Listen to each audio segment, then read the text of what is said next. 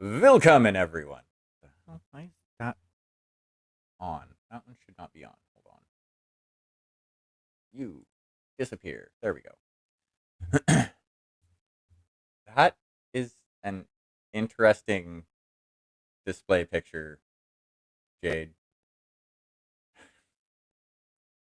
I didn't notice it in Discord because is small.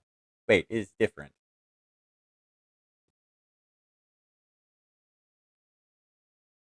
Either way, welcome in, everybody. We are back to the Mechwarrior Destiny campaign. Deanna, I'm gonna need you to ready up, please and thank you. Yay! And we will start game. We're not going to be on that screen. We're going to go on the screen. Boop.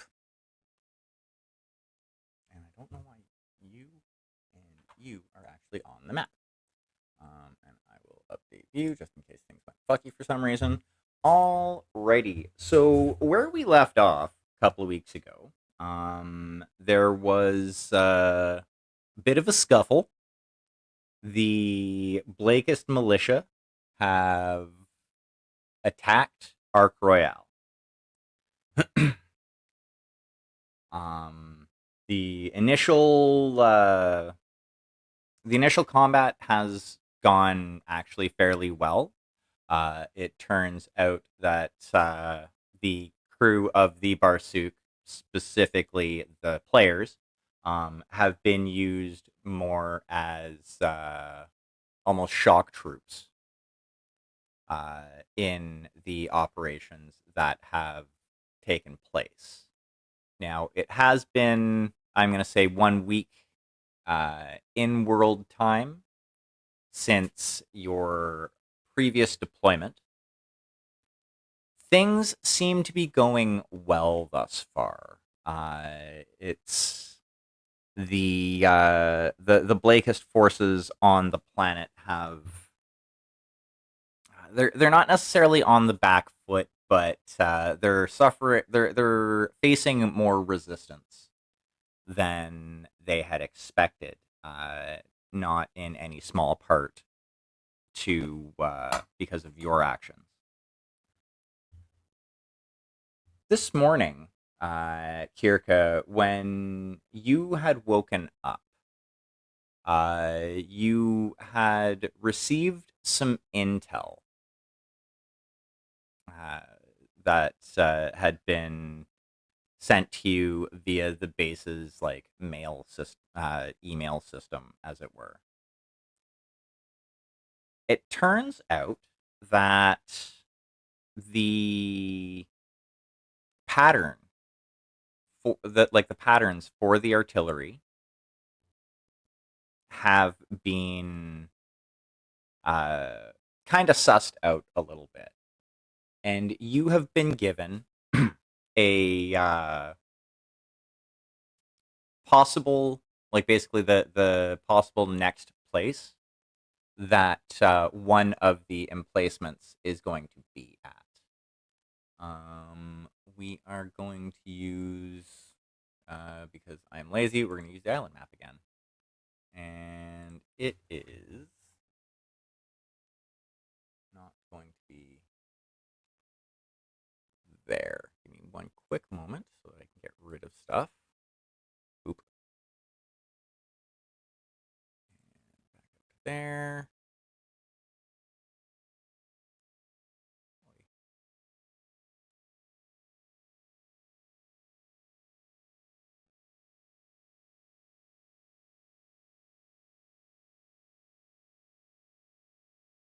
Alrighty. So you're given a small map that looks very much like that. And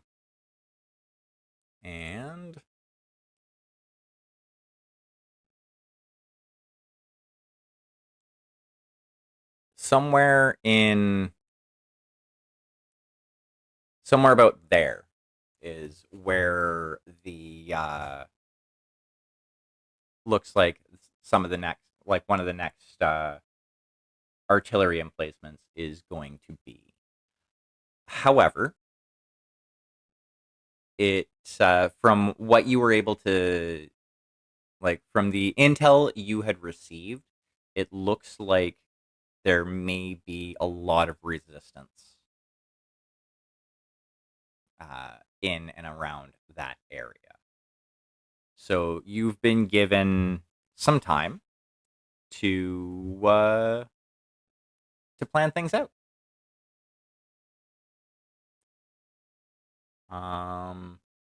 So when would you be having everybody show up?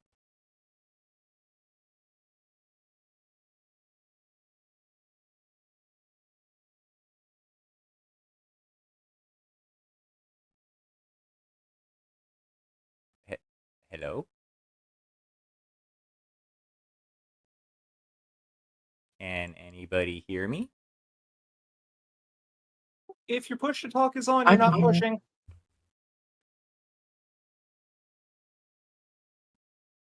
You can hear Anna?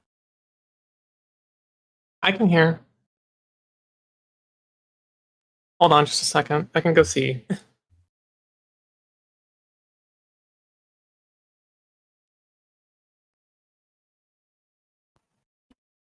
Can you hear me now? I can hear you now. Okay, there we go. I don't know what happened there. I guess the settings on Discord changed, and for whatever reason, even though it was on the microphone, it didn't want to read the microphone. Weird. Yeah, that's odd. I've had that happen to me. But Yeah, Discord, wondering. But Discord has been fucky lately ever since like the beginning of the month. The whole automatic switch to streamer mode thing hasn't worked, so I don't know what else they may have broken. But you heard everything that I went over, yeah? Yeah. Perfect. Yeah. No, everything. I heard every word. I just apparently was speaking to an empty room. So to repeat my question, is this just like a planning meeting, or is this going to be like, or is this like the pre-mission brief, like we're getting ready to drop sort of deal? This is going to be the planning meeting. I was hoping to have at least one more body for the actual drop. And by one more body, I mean one more player body. Yeah.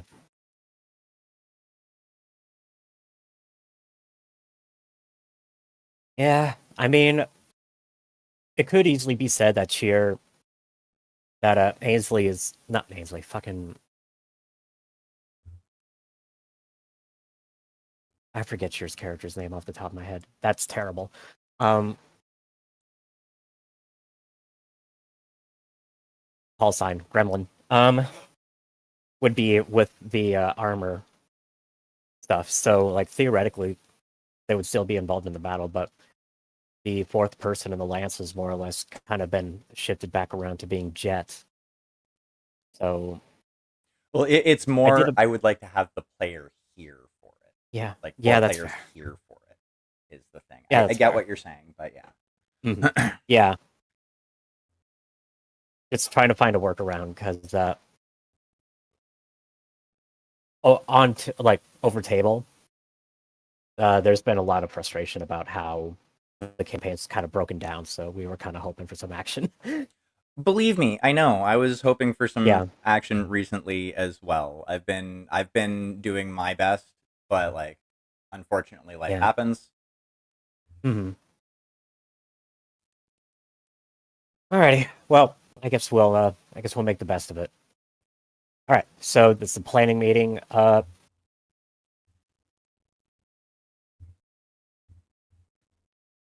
Dirka would probably like select a very small number of people to be present. Probably have her command lance present, even if they're not necessarily speaking. Yeah. Deanna's definitely going to be there because she's EXO. Esme will be there. We'll say Ainsley is there in the crowd, just not Ember. Ember. Yeah, Ember is in there in the crowd, just not speaking. Yep. couple other people, probably some Kellhounds as well. Just to kind of work this out, because this is one of the main objectives of the campaign up to this point. Let's say this would be like mid-morning. Okay. And like you would also know, I probably should have mentioned this before, that like it turns out that there are about 3 sites that are potential targets. The Badgers were assigned this one specifically. The Kellhounds, and some of the Wolf assets were assigned to the other 2. Gotcha. All right, so then in that case, it'd be just a much smaller meeting. It'd probably just be the command lamps then. A couple intel people, etc. Still be mid-morning. Yeah. Once everyone kind of got together.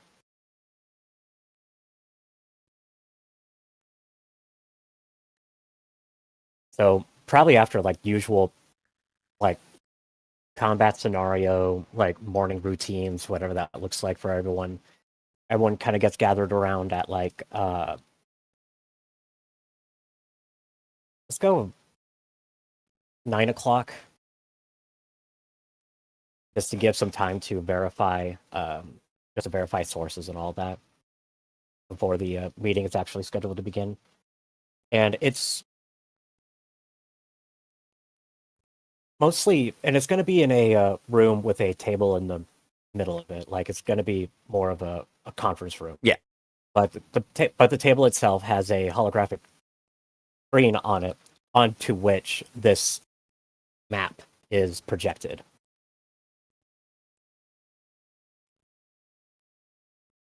So then once everyone kind of gets settled in, I guess she would just start up without much preamble or anything. Kellhounds and Under Badger's intelligence has deduced that the most likely position for the most likely upcoming position for the Blakist artillery unit is likely to be somewhere on this spit of land here, about 35 kilometers southwest of Old Kana. They have deduced this due to the somewhat erratic pattern of the somewhat erratic movement pattern of the artillery, and through triangulating approximate distances between their previous positions and upcoming positions, we've been able to deduce something of a pattern. It seems they are operating in a roughly hexagonal fashion, trying to triangulate their forces in such a way that each location is approximately equidistant from the sites 2 and 4 deployments previous. Based on this, we have deduced 3 locations that will likely be used by the Blakists to set up their artillery and fire off their next barrage, which we estimate to be tomorrow morning. As such, we have divided these up into 3. The Kellhounds have the one due west of the city. The Wolves have taken a position slightly north of the city, and we will be taking this position down here.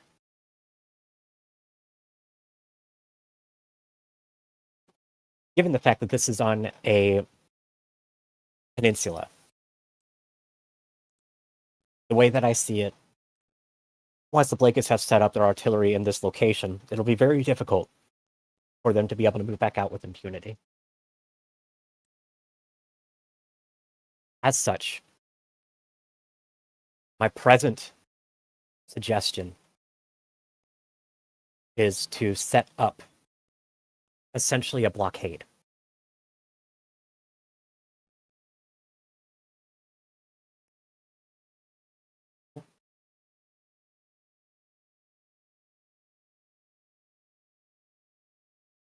We will have 2 lances located here, and another 2 lances located here. Our armor assets and battle armor will be situated here. Redraw that ever so slightly. Here. In order to facilitate flow and fire support from one location to the other, depending on which way they make their escape.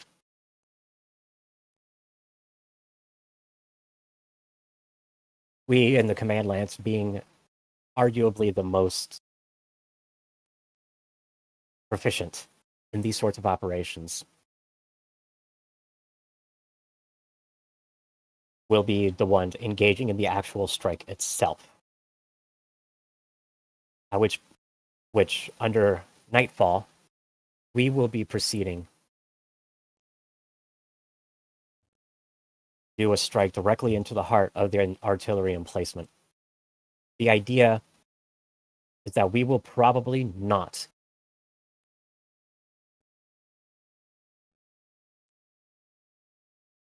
I'm having second thoughts. Let me try this again. What we will do instead is we will come around this way. Here, let me turn The snapping idea on. here, That might help. maybe.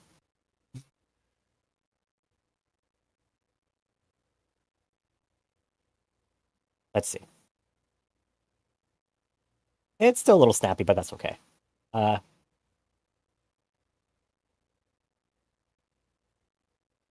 my snapping. Ah, Aha.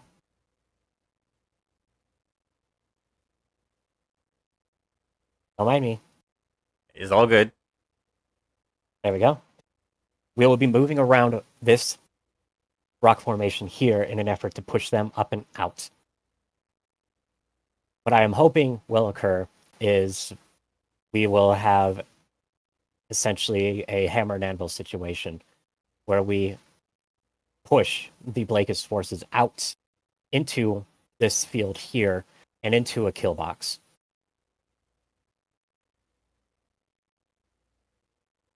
Due to the nature of the forces that are arrayed against us, they will have no choice but to leave their artillery pieces behind due to the fact that they are significantly slower. At this point, we will be able to eradicate their artillery from the field. And best case scenario, be able to take the rest of the support level 3, I believe it is, neg level 2s, out with it. We are estimating that there are 3 level 2s deployed to this site. 1 being the artillery itself, and then another 2 likely providing support. As to what the composition of these are, it is unknown at this time. It will likely, based on previous intelligence, be 1 level 2 of battle mechs and another level 2 comprised of armored vehicles and VTOL support.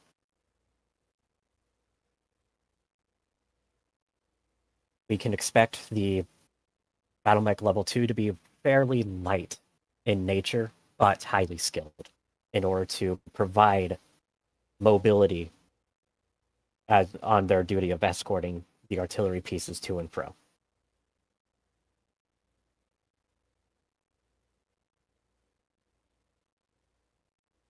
It must be mentioned, however, that this is likely to be taken with a grain of salt, as we have seen that there have been movements amongst the Blakist forces, shuffling around of different battle mech formations between the main force and the various artillery encampments. So in all likelihood, we do not exactly know what it is we will be up against until we actually deploy and have airborne assets with eyes on. At the very least, this is my proposed plan. Being the people that will be most likely, being the people that will be leading this charge with me, I saw it fit to see if I can get input from any of you as to suggestions, thoughts, critiques, anything of that nature. So I suppose I am opening the floor.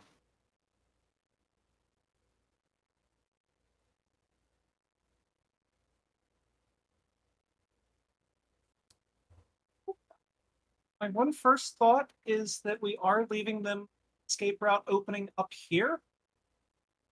Such a maneuver. We may want to have the northernmost unit closer in case they try to make that run. Then they will be able to sweep in or out.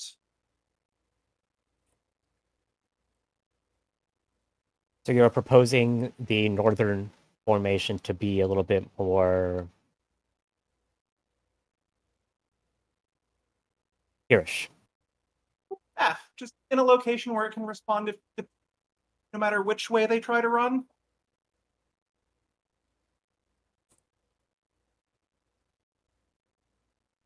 I had another concern regarding that similar area. That forested area there looks pretty ripe for an ambush spot.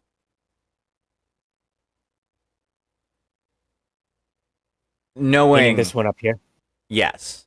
Knowing what we know about the Blakist forces, what are the odds, in your opinion, that they would use that as a staging point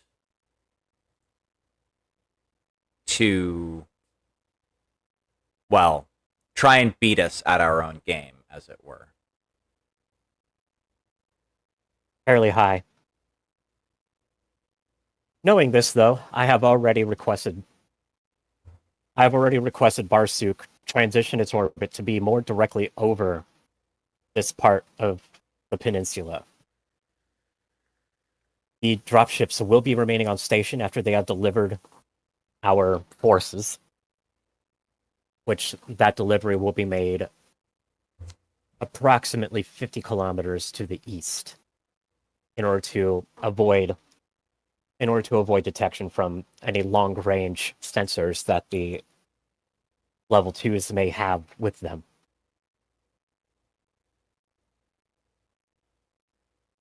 The dropships will then be maintaining direct air superiority alongside our air assets in order to make sure that we control the skies. If we get so much as a hint of a heat signature within those forests, they will be barraged until they no longer exist. And anything inside them is burnt to ash.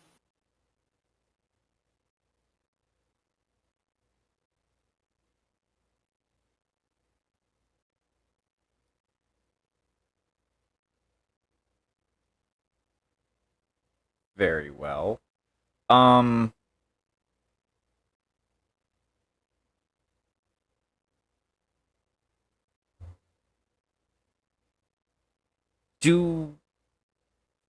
We don't know what all assets they have available to them, do we?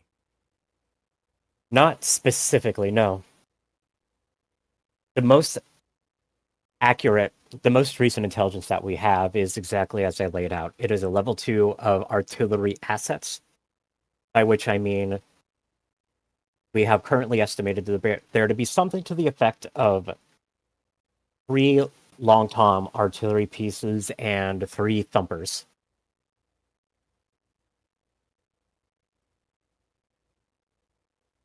Just to provide shorter range artillery support, along with any immediately necessary support vehicles for those artillery assets to do their jobs. That would be your usual trucks, ammo, personnel, etc. The second level seems to be, at this time, comprised of 3 armored vehicles. They seem to be heavy or assault class cracked vehicles. We haven't been able to deduce what exactly yet.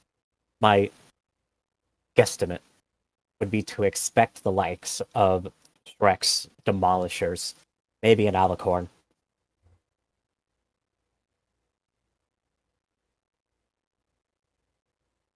Along with a trio of VTOL assets. Again, the exact model seems to be unknown. They seem similar to warriors, but we cannot be certain whether or not that is actually the case. Third level 2, as mentioned, is battle mechs. At this time, the most recent intelligence we have suggests that the level 2 attached to this artillery force comprises of what we would roughly call a cavalry formation. Medium and faster heavy mechs, able to move quickly in order to provide shielding. I cannot expect this to be the case. The level 2s that are attached to each of these artillery formations seems to move and shift around in a seemingly unpredictable fashion. So, dealer's choice, unfortunately, as to what will be waiting for us when it comes to battle mechs. All told, the primary threat that will be facing our forces, as it stands right now, if we are able to pull this off without any sort of major complication, is going to be from the artillery itself, which, so long as our forces are able to remain mobile or dug in and hidden, that should be able to mitigate most of it until we are able to move into position to destroy those artillery assets.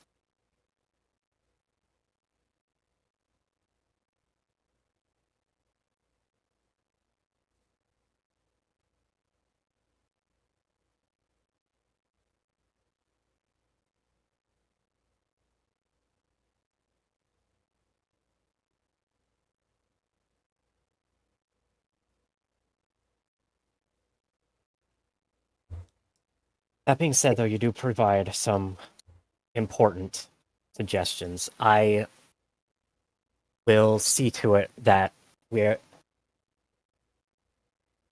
are able to get some sort of long-range intelligence, perhaps satellite imagery, onto this particular location to see if there's anything else going on. I do have one more concern. Mm-hmm. Since the clan invasion has happened, the various inner sphere groups have been developing power armor on their own. Now, it's nowhere near as effective from what I know as the elemental armor and the other clan power armor assets. Mm-hmm.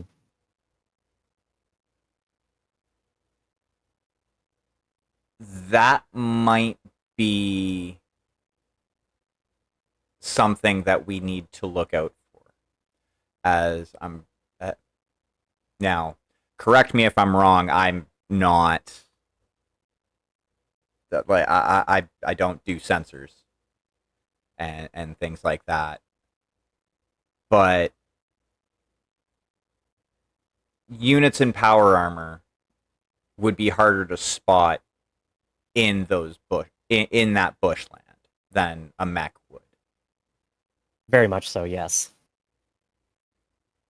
Let me look over what it is I have on my Timberwolf right now, because I know I used to have an active probe. She, at this point, will pull up her data pad and kind of mutter into it as she's looking at her loadout information. And it seems that I have neglected to continue to have that back on there. Maybe I was a little too excited to try out those ATMs that we got. Deanna. Yeah. What are your thoughts on that possibility? You, out of all of us here in this room, have the most experience with power armor on really both ends of the spectrum. A forested area is a perfect place to set an ambush. Also, given that they use Comstar formations, I would also be concerned about the presence of manticores. However, I know almost nothing about the state of Inner Sphere power armor. So, with any luck, we will be able to get some information on how they are armed.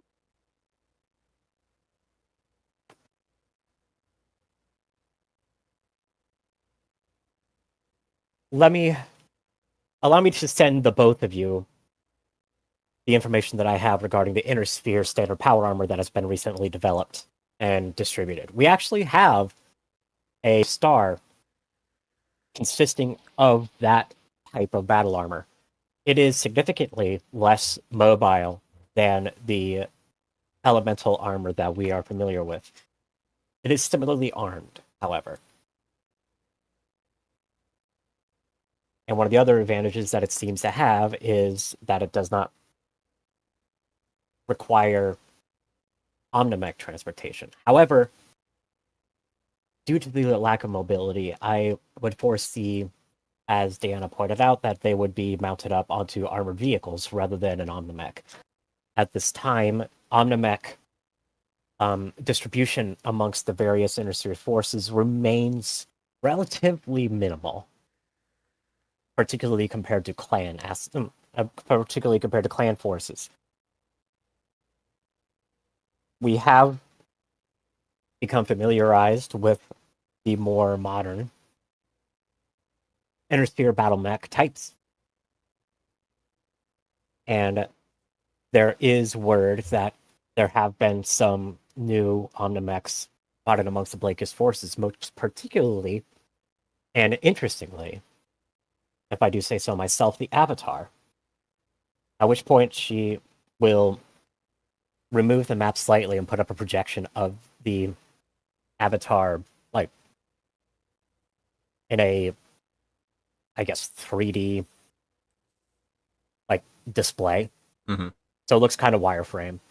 For those of you that don't know what it looks like, I'll just post it real quick from the notes section, and then it can be popped up on stream, I guess, to simulate that. Up here near the top.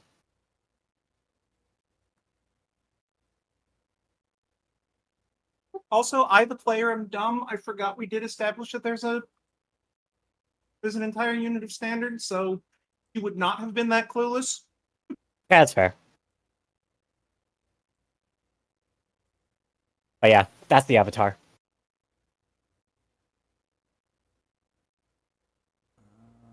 Will it just let me drag and drop it? Please. Yeah, hopefully it does so. Well, it's OBS, so... Oh, nice. There we go. Cool.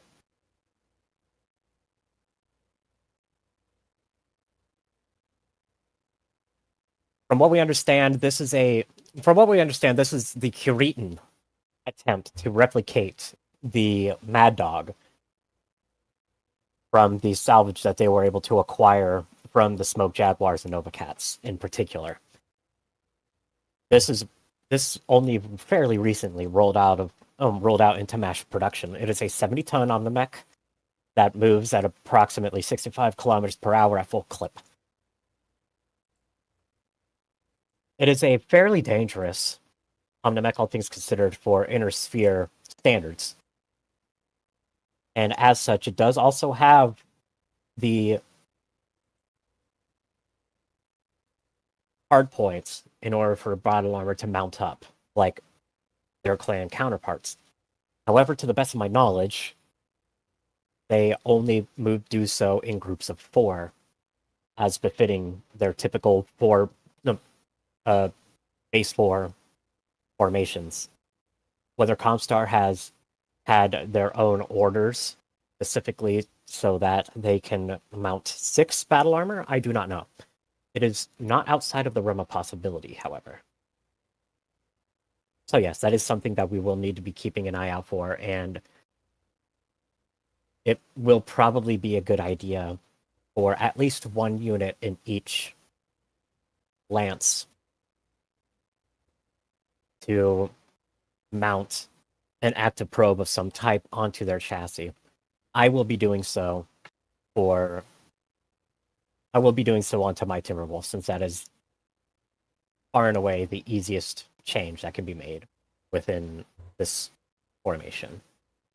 The rest of you have battle mechs, and it would take a while to hardwire an active probe in, whereas all I would need to do is have my crew swap in the pod that contains the active probe in a matter of minutes.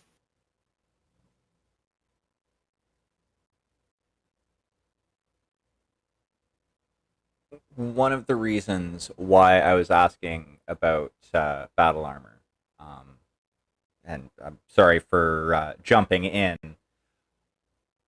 was I was doing some research after our last deployment, because a couple of the mechs that we had faced were older models, and that got me thinking. So I did some research. Mm-hmm.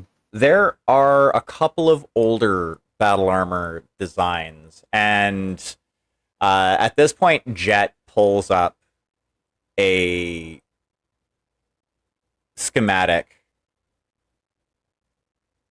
on the holo table, such as this here. And here, let me share that into the Discord chat as well.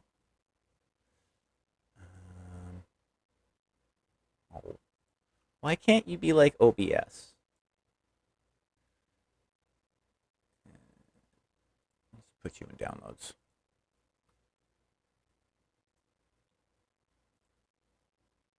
Upload file. Right there. Boop. Oh. And enter. What kind of role would it be for Kirika to be able to identify this power armor?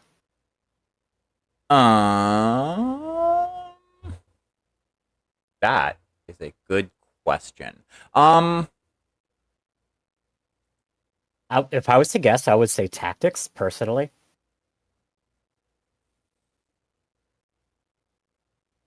You don't have any knowledge SLDF, do you?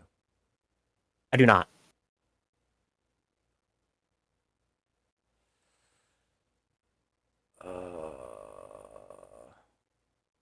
You could probably get some information via tactics. Okay.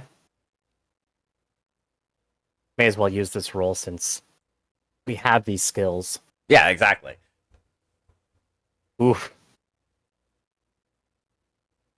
That's a 9. I'm going to let it stand since I know this is a secretive project. Well, okay, so what you are able to find out, you don't get any specifics from that role, but that looks like something, because like you've done some digging into like the clan systems and stuff like that, and you have looked into like the clan background, and further than that into Clan Wolverine background. This looks like something that you had read about, going back like quite a ways back through the Clan Wolverine, like basically pre-Exodus. You remember hearing that there were some Nighthawk power armor, or sorry, Nighthawk light power armor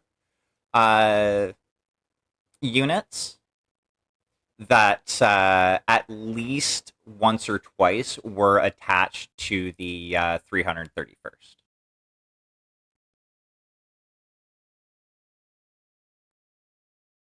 And like as far as you can tell, this looks similar to what was described. So Kirika would tilt her head a little bit as she kind of scrutinizes this. I feel like I remember reading about this. This was a special forces infantry battle armor. We have Ah. care to share any further? Care to share what else you know about this?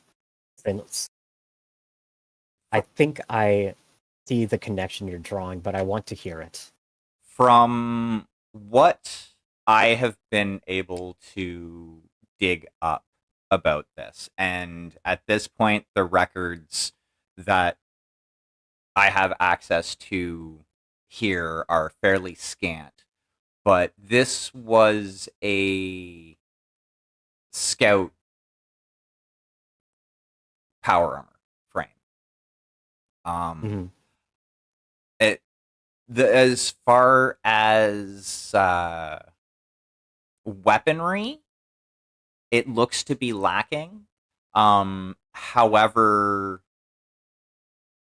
these seem to, at least from what I've seen, have had. They seem to have some sort of at least primitive ECM technology.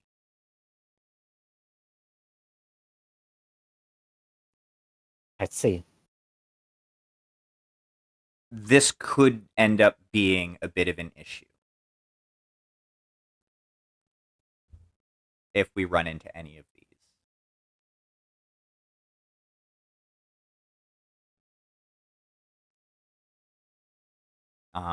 And with that, they are probably also able to be carried on the backs of mechs, such as the avatar that you had previously mentioned.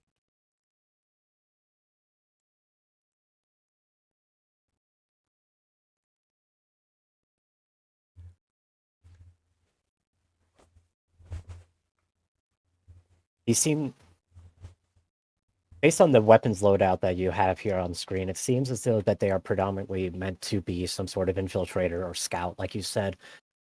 They may not be supremely dangerous to mechs in and of themselves, but I feel like... No, I would be inclined to believe that they would have access to spotting equipment in order to make the artillery that we would be fighting up against significantly more dangerous, especially if we are to attempt a blockade. If they do have advanced enough ECM to be able to slip by our sensors, then there's nothing essentially stopping them from being able to, and there would be nothing essentially stopping them from setting up, stay here, within this thicket to the south, and tagging any of the formations that they would be able to see, this one in the south or this one here on the plateau, and give them hell.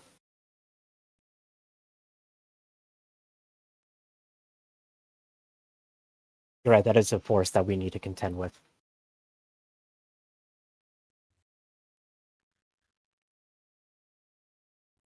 Initial reports do also seem to suggest that Comstar's ECM technology, as it stands right now, seems to be approximately equivalent to the clans. They also seem to have more advanced...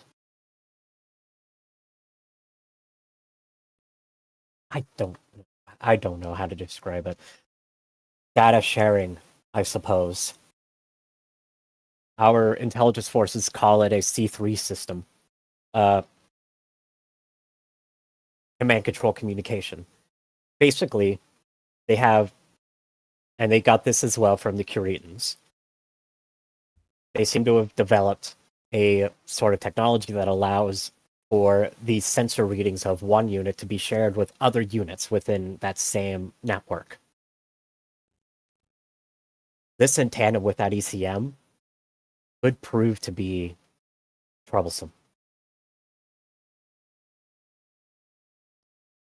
Unfortunately, at this time, we do not have any such technology ourselves, aside from the good old Mark One eyeball.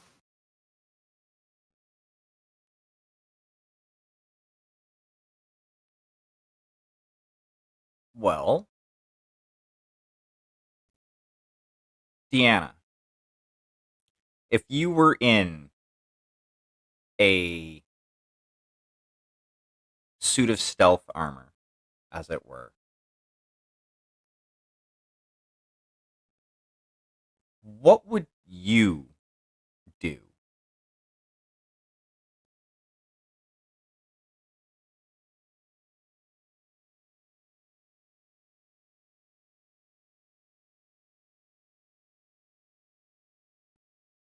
Hmm. As she stops and thinks for a moment.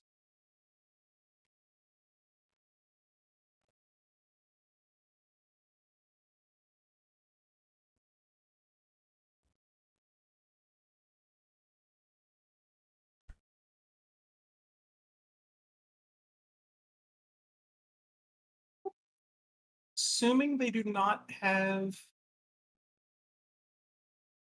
reasonable anti-battle mech capability,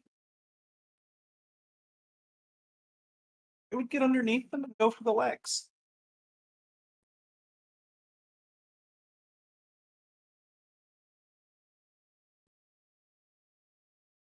The destruction of leg actuators is a very, very quick way to bring a battle mech low, even in just a power suit of power armor that has lost all but its machine gun.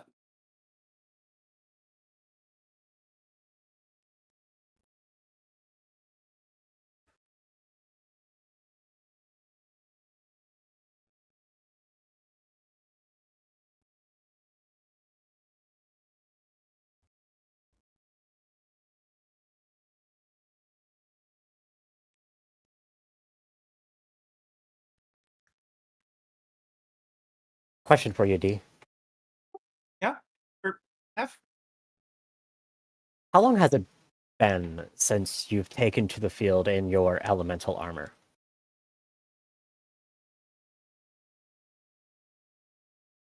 In real physical form, blue hole. Mhm.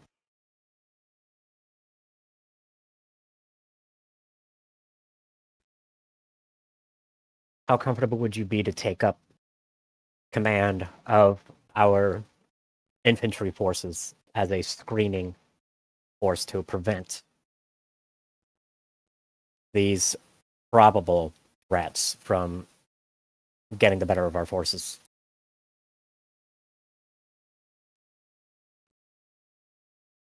As you know, I've been training the Hellhounds on, or the Hellhounds. God, thank Jesus Christ! I'm just as fried as you are tonight. I'm just as fried as you are tonight. Fuck me. Huge. It's okay. Yeah. As you know, I've been training the Hellhounds on anti-elemental tactics. I've spent a considerable amount of time in the simulators with it recently. It is every bit as much a second skin as ever. I see.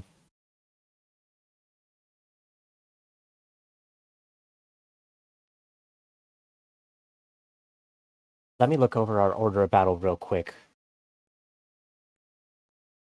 We may need to do some. We have 1 point of elemental and 1 point of inner sphere armor. Yes.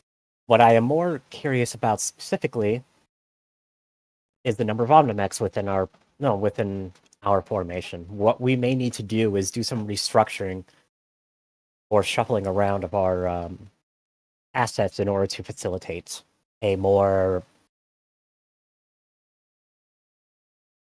robust means of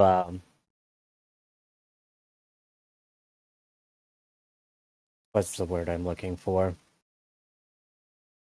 Countering that threat. If we have all of our Omnimex with battle armor support concentrated within 2 of the lances that provide the majority of the actual fighting force, we may be able to do something similar, but from the opposite perspective.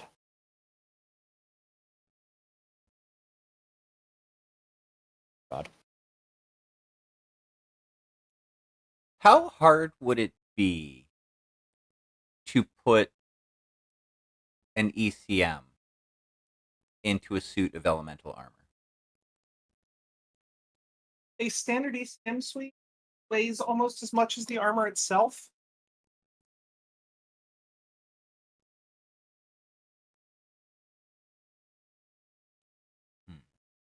Yeah, unfortunately, that is not something that is technologically feasible for us at this time. And as much as I would enjoy having our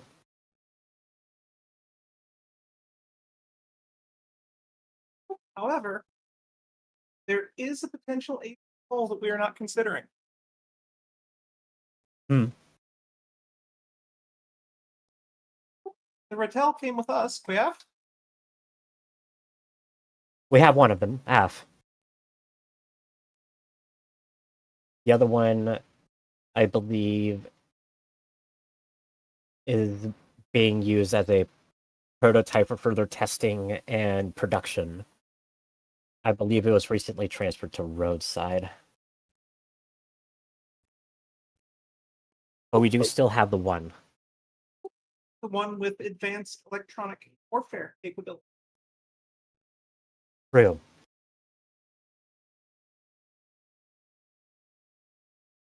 That's also an Omni vehicle.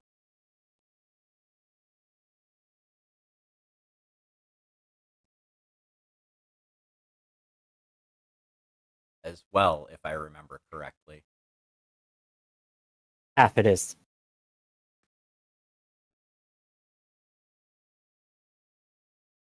If it keeps its warfare system offline until the moment of engagement, we may be able to catch them unaware that we have something to combat their capabilities.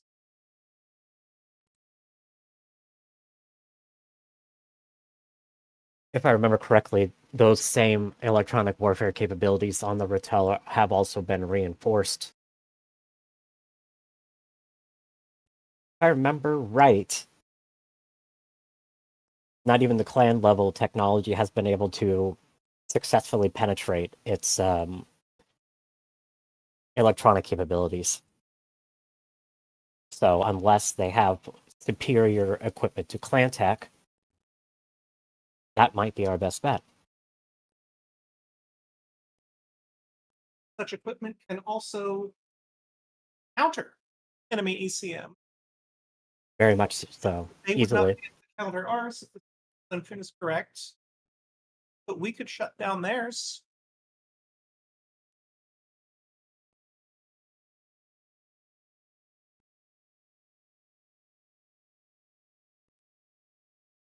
Jet's gonna look over towards Esme. You've been quiet for a while. You have any thoughts?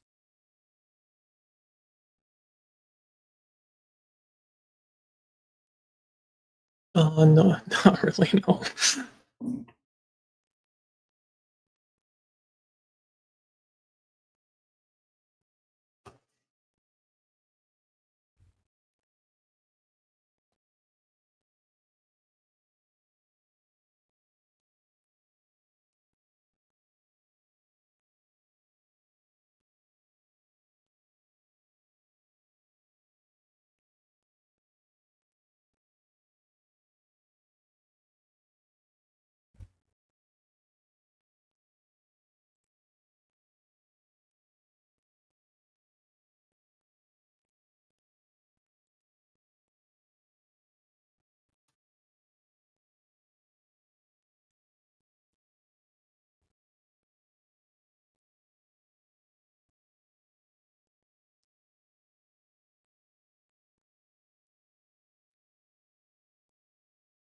So, So if we were expecting an ambush them first. mm-hmm.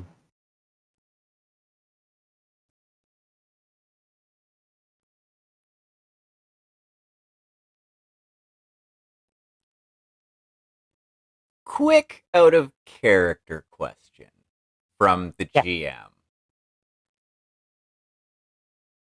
What all did everybody bring to this meeting? Kirka's got her data pad, her personal communicator. The data pad contains the most recent intelligence, as well as, all the usual info and communication stuff. Like, there isn't much that she's not able to look up at a moment's notice, and she has access to the digital mail system, both planet side and even HPG, since she has her data pad uplinked with the HPG system aboard Arsuk. And then, like I said, she also has her person push to talk communicator. Yeah, Deanna would be similarly equipped. Datapad, sidearm, communicator. Obviously not going to have like the power armor or anything. Yeah.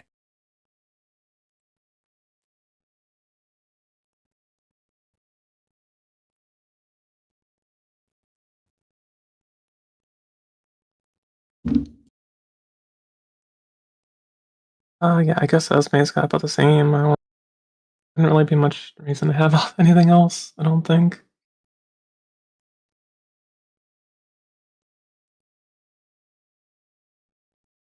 Okay.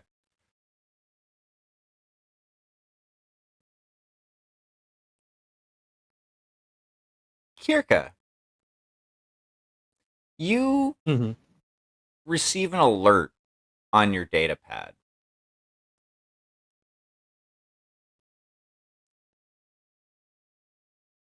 That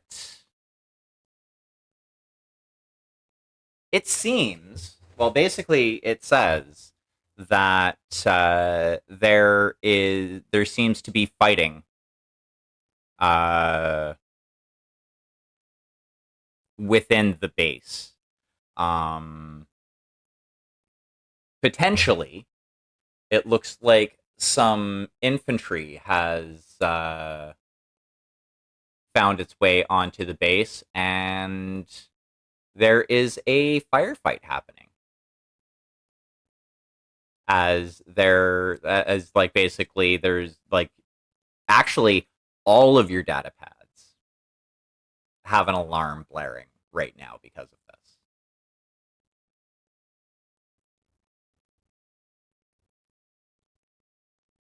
There are, from the information that you are able to suss out, there are about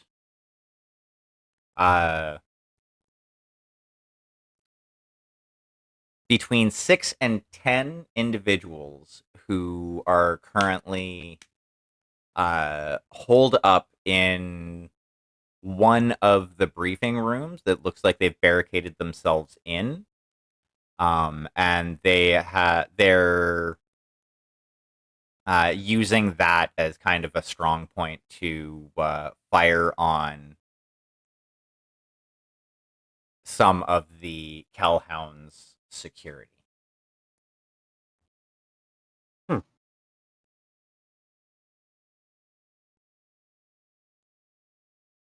Inform Colonel Allard we will owe him a door.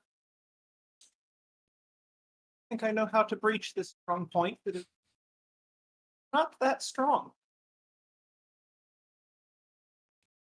I think it might be time to introduce the Kellhounds to just what elementals are capable of.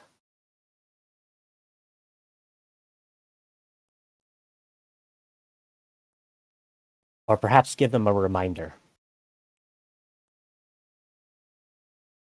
That was the implication, F. Perfect. With that, Kirka is going to get her personal communicator out and basically order all the elemental star specifically to armor up and meet with Deanna where the power armor is being held, which it's about halfway between the briefing room that we're currently occupying and the one that's being used as a stronghold, so they should be able to get to it without any real issue. Yeah, it tracks.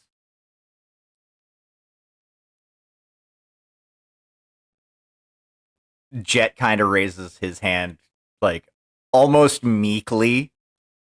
You mind if I go and have some fun, too?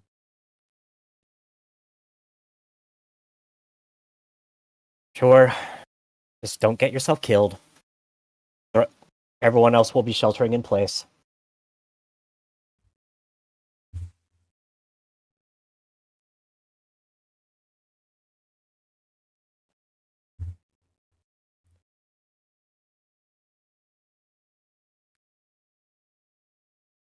Okay. So, I am going to use whiteboard for this. Because it will be easy. No, I'm not, because that's a pain in the ass to use, actually.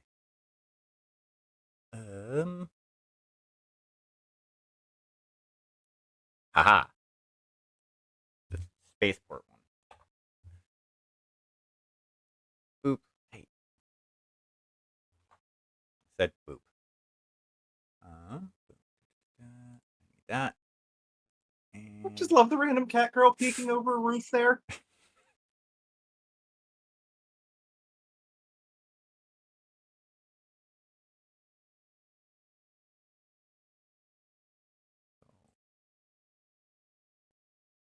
Honestly, it tracks.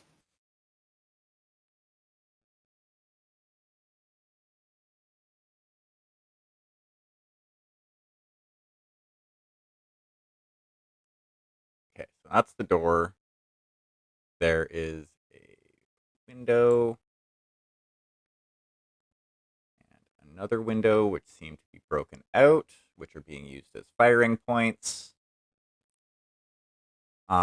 And this briefing room, it does seem to be, well, it's not necessarily like a standalone building. There's a couple of other smaller buildings, but it's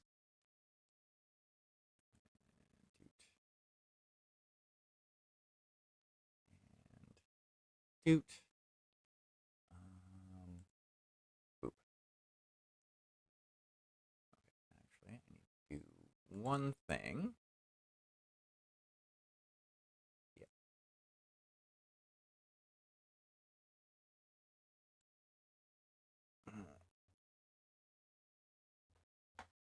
There, that should be better.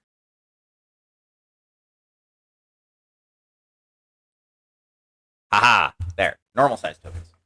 But yeah, so it looks like there are a couple of buildings. The main one that seems to be occupied is the one with the blue dot in it.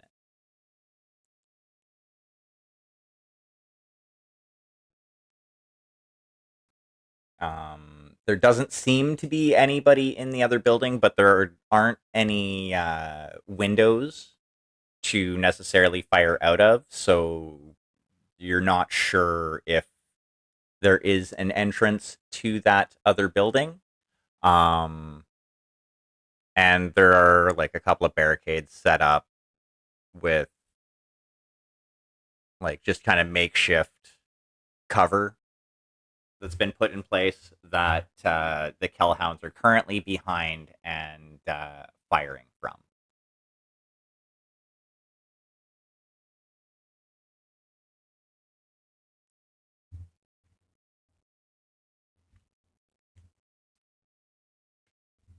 So we can kind of fast forward time a little bit, unless there is something that anybody else would like to do in the meantime, whilst Deanna and Jet are going to prepare and get there. I'll say it's probably like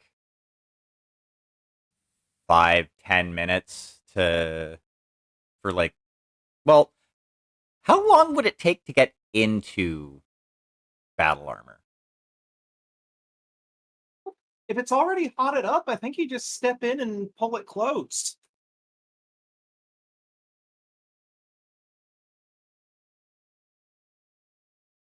Okay, so yeah, I would say probably about, I'll say like 5-10 minutes just for transit time and getting everybody mustered type deal. So yeah, is there anything that anybody would like to do during that time? Actually, after Kirka sends out the shelter-in-place order, she's gonna contemplate a little bit, and she's gonna have a realization that it is entirely unlikely that it's just going to be these infiltrators operating on their own. And she's going to look at Esme.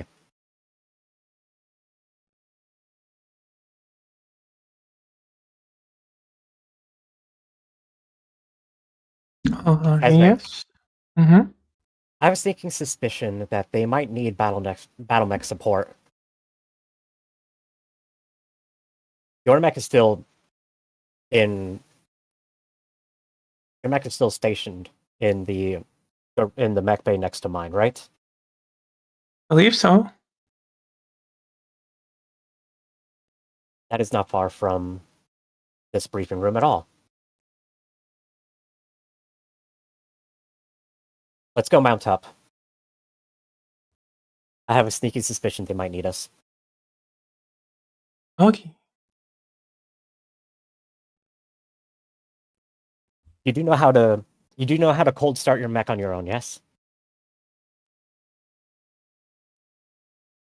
Out of character, I have no idea. Oops. I'm pretty sure Esme would know how to do that, but I have no idea. If out of character. Since you mentioned that Esme has operated on her own in the field, like extensively, then yeah, that's Uh-huh. something that would be second nature to her. Especially Yeah. since this is her falconer that she's had for a long time. Yeah. So For a part of couple- me is giggling at the idea of these poor foot sloggers shitting themselves when a direwolf rolls up.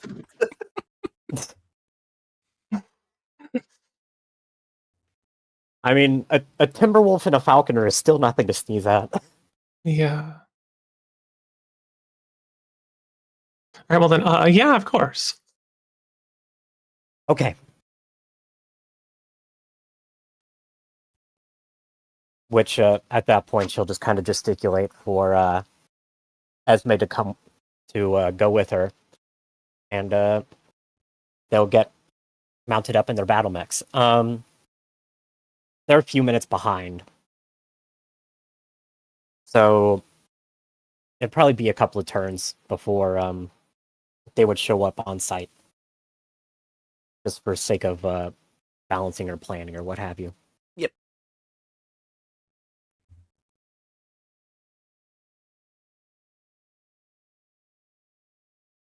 All right. You said there's a couple dudes shooting out the window. Yep. What with? Give me a second.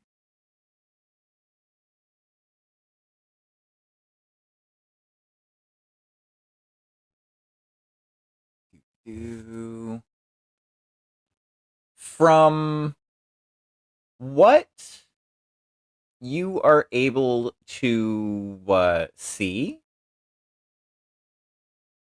there is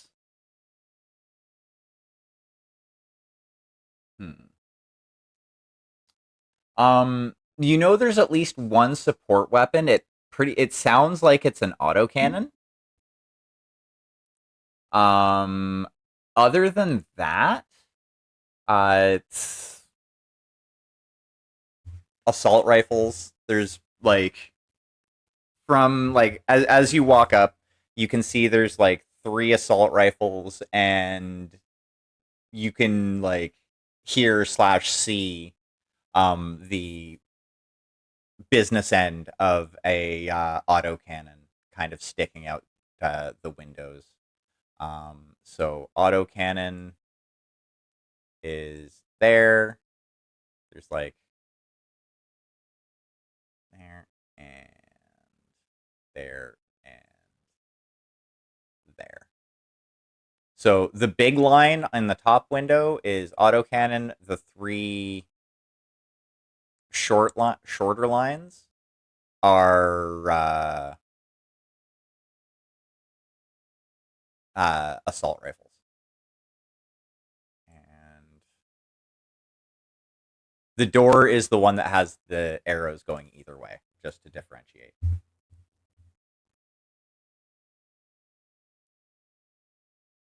If that makes sense. Yep.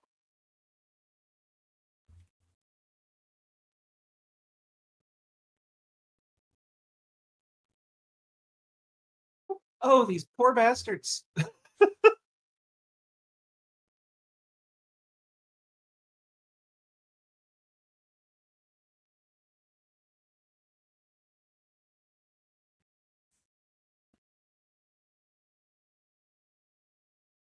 And we did we mobilize others?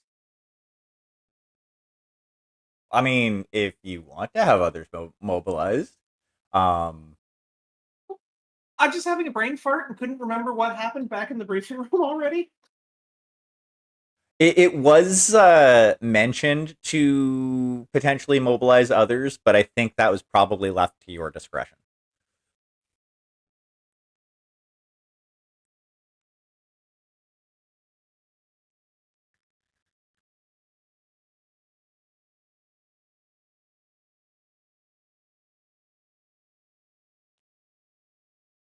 Well, I suppose at that point then she would look down at one of the Kellhounds just kind of manning their barricades.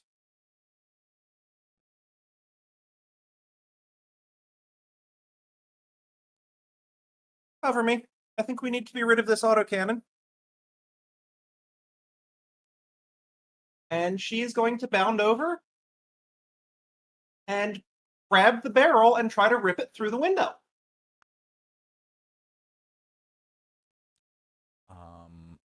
Okie dokie. Let me go back up to. Can't shoot it if we take it away. That is entirely fair.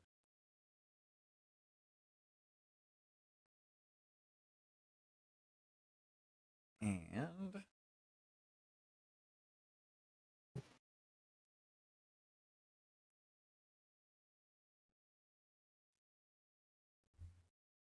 alrighty, make your roll, s'il vous plaît.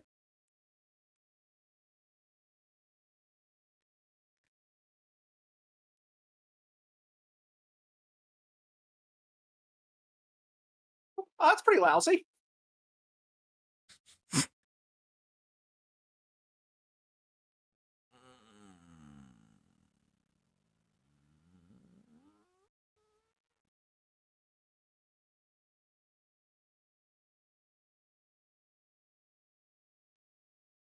They are going to use an edge to re-roll one of the 4s. Okay, they manage to resist just enough. Turnabout is fair play.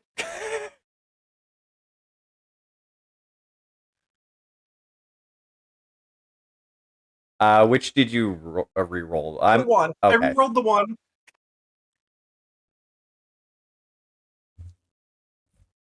Alrighty. Yeah. You manage to remove the autocannon from their grasp.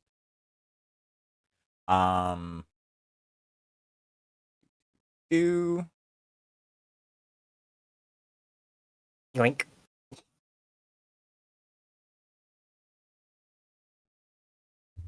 okay.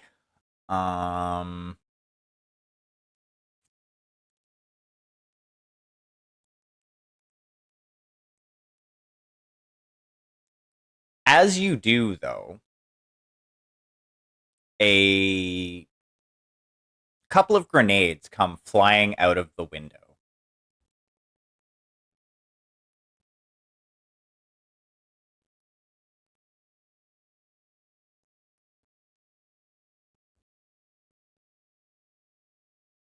Towards you.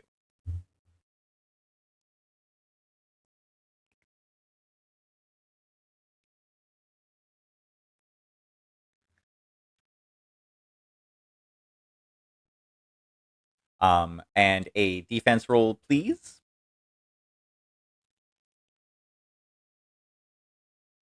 Okay.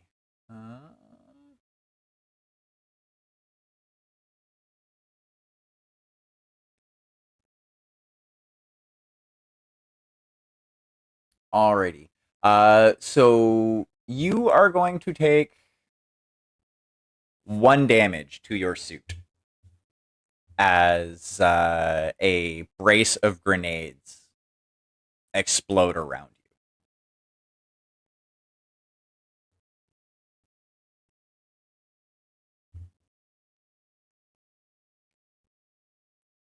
I'm assuming that is mech scale, and I'm also going to need a moment because Jesus Christ, these pie slices are annoying.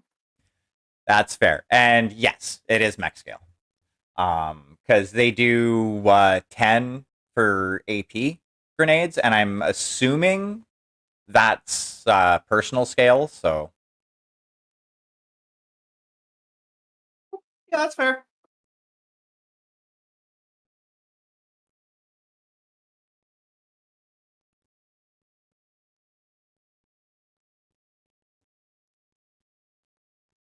The problem with that is that now they've made her angry. I can imagine.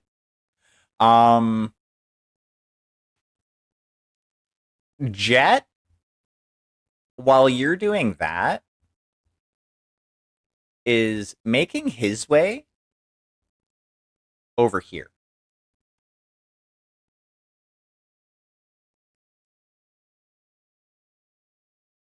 And you hear through your suit communicator.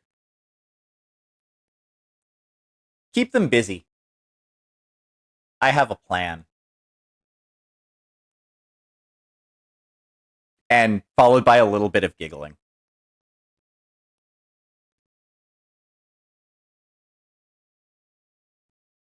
Out of game, I see Operation Kool-Aid Man is going well.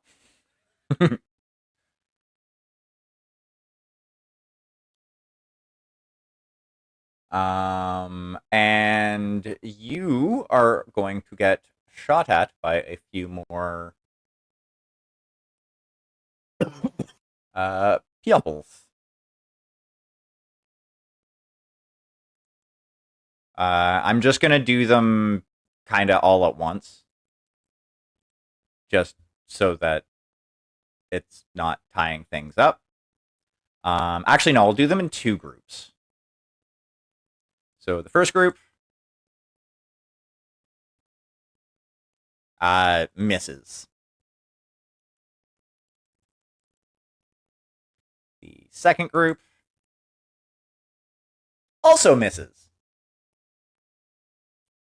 Alrighty, that will bring us back up to the top. And what would you like to do, Deanna?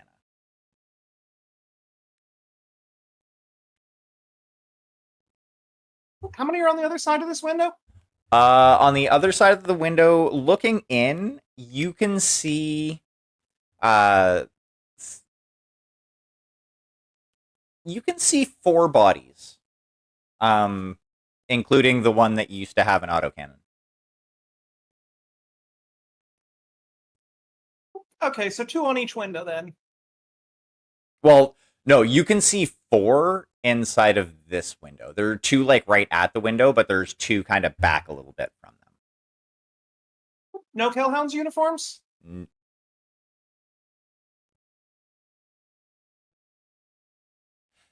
They are wearing very similar uniforms to the Kellhounds. But clearly hostile. Oh yeah, they are all clearly hostile. It looks like they had found a way to get some Calhounds uniforms. Somehow.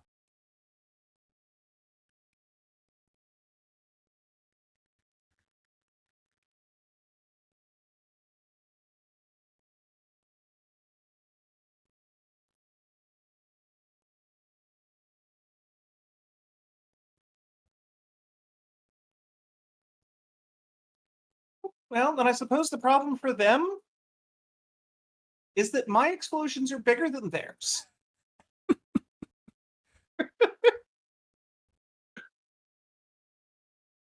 If there is 4 in the corner, that should be a very nice blast area for short-range missiles.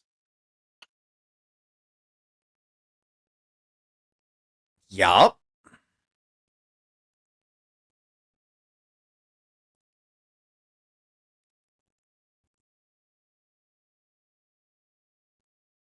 So you're firing SRMs into an enclosed space.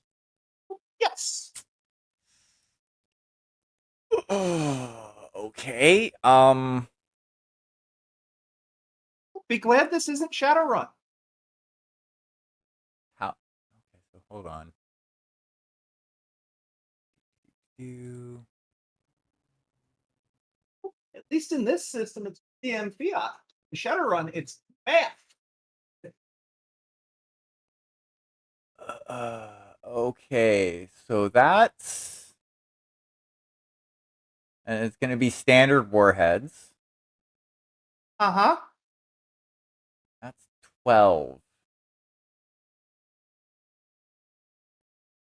Yeah, you managed to paste a couple of them. Well, paste I think is the wrong word. Chunky salsa. Yes. Yes. Chunky Salsa salsa. pie. That is a very accurate description of what is left behind. You also managed to take out a. Oh, wait, hold on. No, that's the wrong one. It's not a big hole, but you put a hole in the back of the building.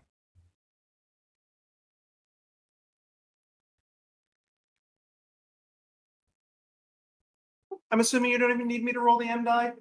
No, because the way it works for that is for standard warhead for an SRM launcher. I'm just using the support weapon thing for it. It's 12 damage for personal combat.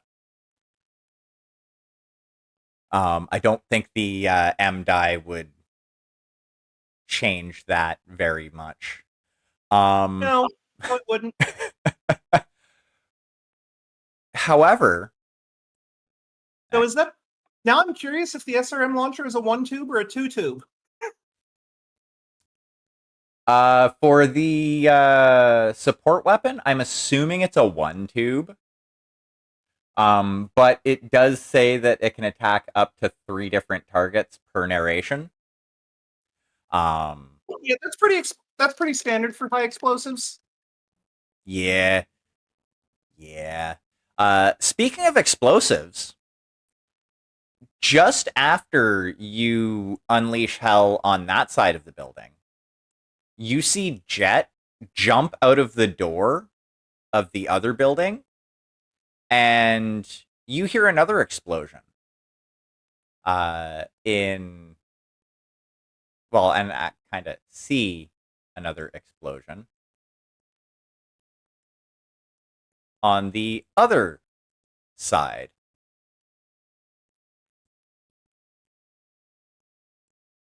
As part of the wall in between the two buildings disappears.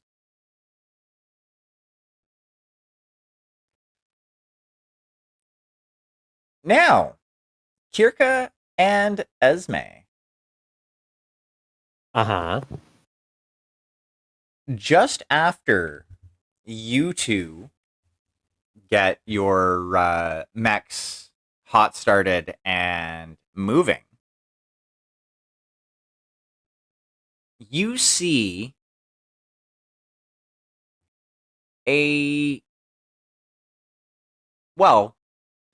Your sensors list it as a Warrior H7 attack helicopter. It is not, in fact,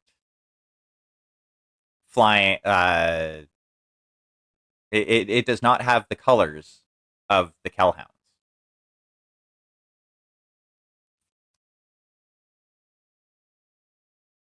And it is, I'm going to say, in medium range from the both of yous. So we'll put. First, Kirka is going to contact the command tower, like the like ATC, and double check to make sure that that warrior that she's seeing is in fact not theirs. Yeah, you get confirmation that that is not. It is not one of theirs. In fact, you actually see that there are 3 of them. Okay. I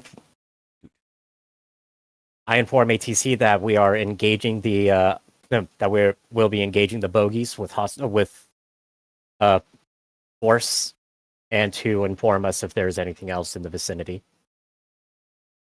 And then with that, Kirka is going to fire on one of them. She's actually going to try out these. She's actually going to try out these ATMs. So she's going to try and get a lock on.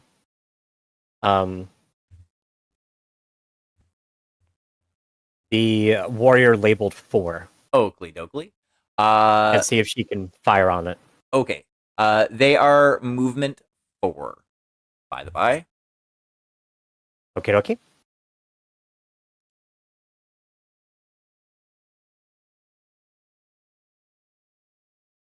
So we're in medium range, so that's okay. She is an 11, so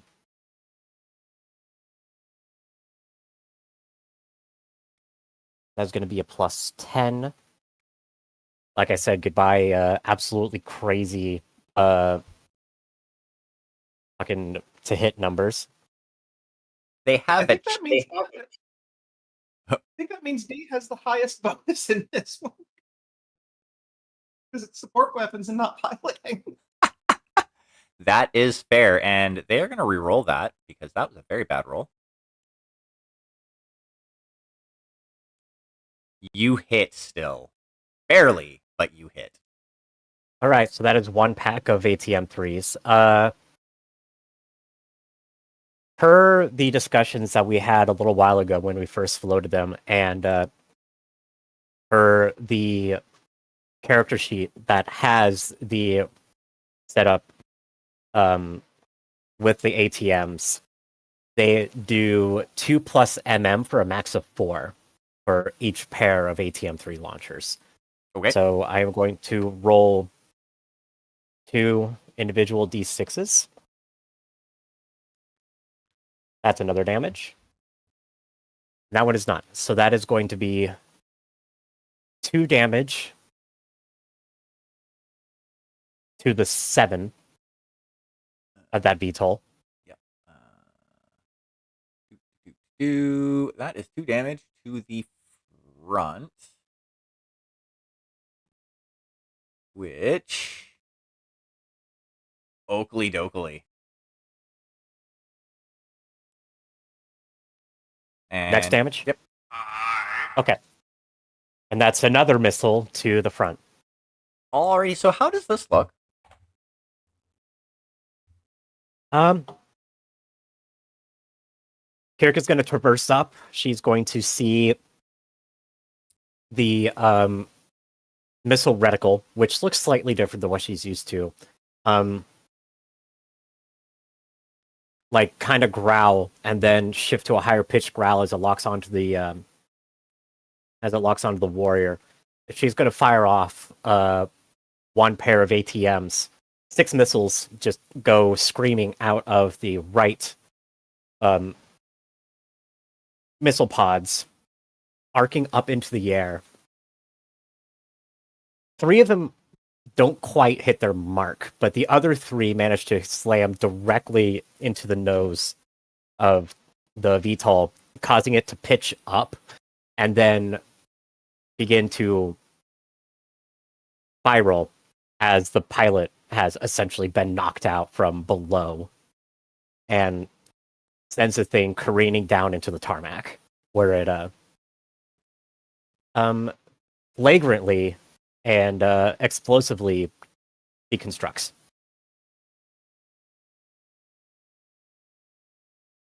Alrighty. Esme. Oh, also, Okay. did you add the -1 to hit for being firing Yes. on a? Okay, good. For firing on a movement 4? Yeah. Well, no, because aerospace. Oh, it's also in aerospace. Yes. Okay, then I did not do that. No, so it would have been a 14. No, I'll let it slide this time because Okay. I should have mentioned it. But yes. Okay, I'll be sure to do that from here on in. Easy. Yeah, because aerospace in this system is way too easy to hit for how fragile they are. Yeah, Yeah. they definitely seem like they're built for arrow on arrow battles and not combined arms. Sadly. But yeah, that's fine. I'll do that from now on. But yes, Esme. There are 2 attack helicopters that are within medium range. Okay, I'll use the Gauss and the PPC on one. Oh, Oakley. So on number 1. Yeah, Okay. do that. Start with the Gauss, and it would be their movement is faster, and there's another -1 Yes. for the flying. Yeah. Okay.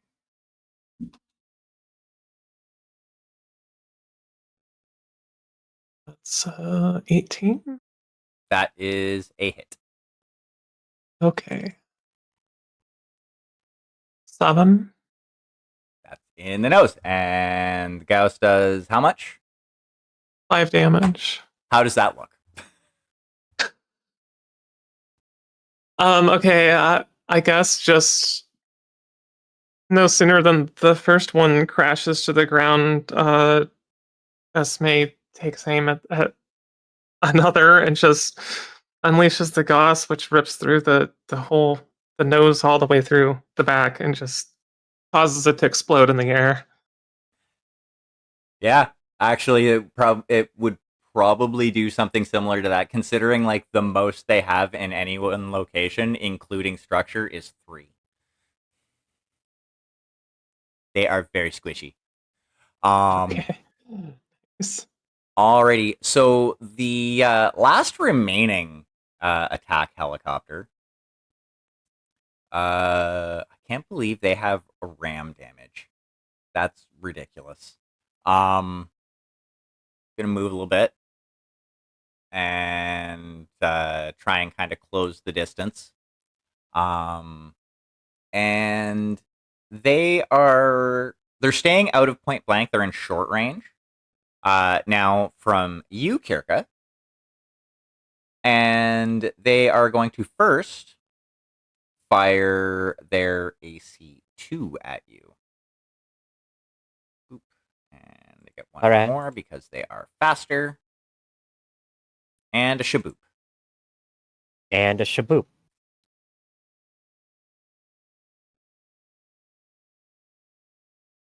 They're going to spend their edge and have you re-roll the 6.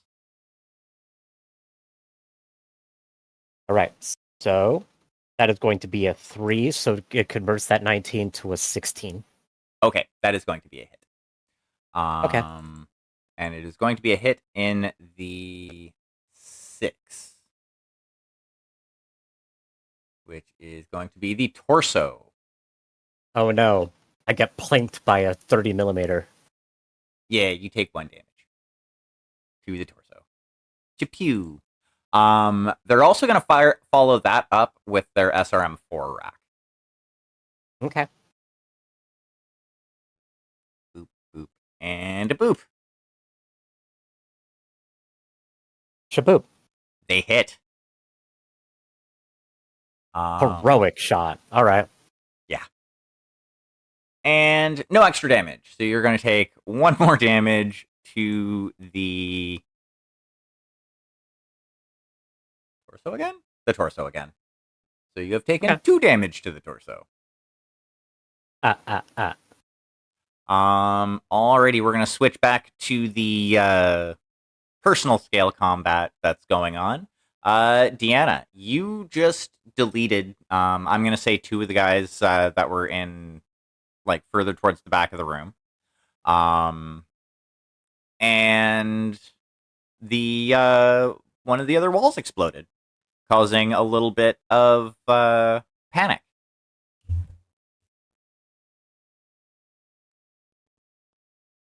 So it's what, like 2 up on the window, 2 on the other one yet?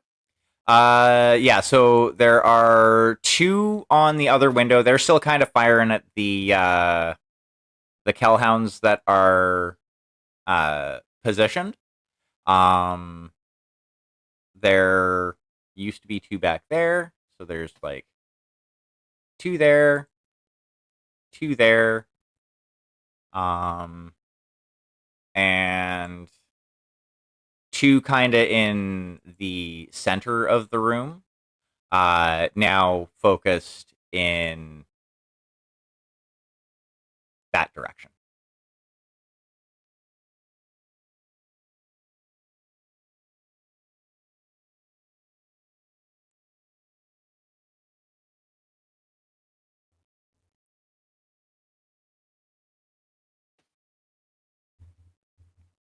All right.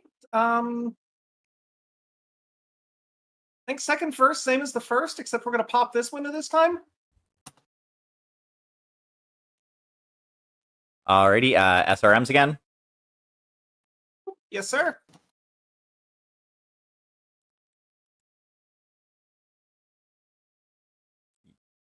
You hit. And are you aiming at the ones that are like basically tagged right up in the window? Oh, yeah. Oakley doke. Yeah, get rid of that cluster. Yeah. That is definitely within the amount that you can blow up with SRMs in one go. So yeah, the amount of gunfire coming out of the window drastically decreases. And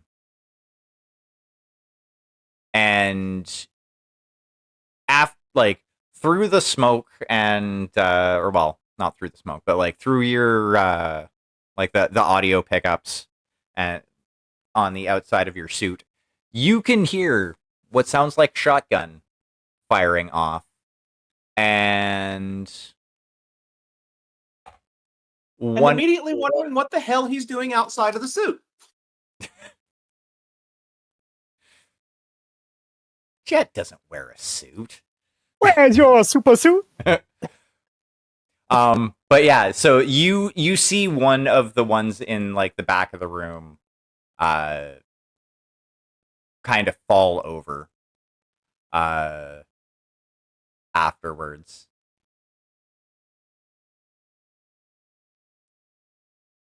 As you hear Jet, actually, I'm gonna say all of you hear Jet this time, because like he's just has open comms with all of you. He's like, "Ha, got one."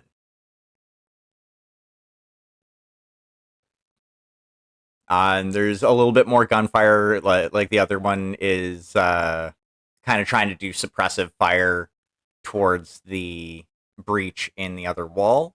The Kellhounds have kind of the fire from the Kellhounds has reduced as well, considering there's not much for them to shoot at the moment, and there is a large angry elemental that's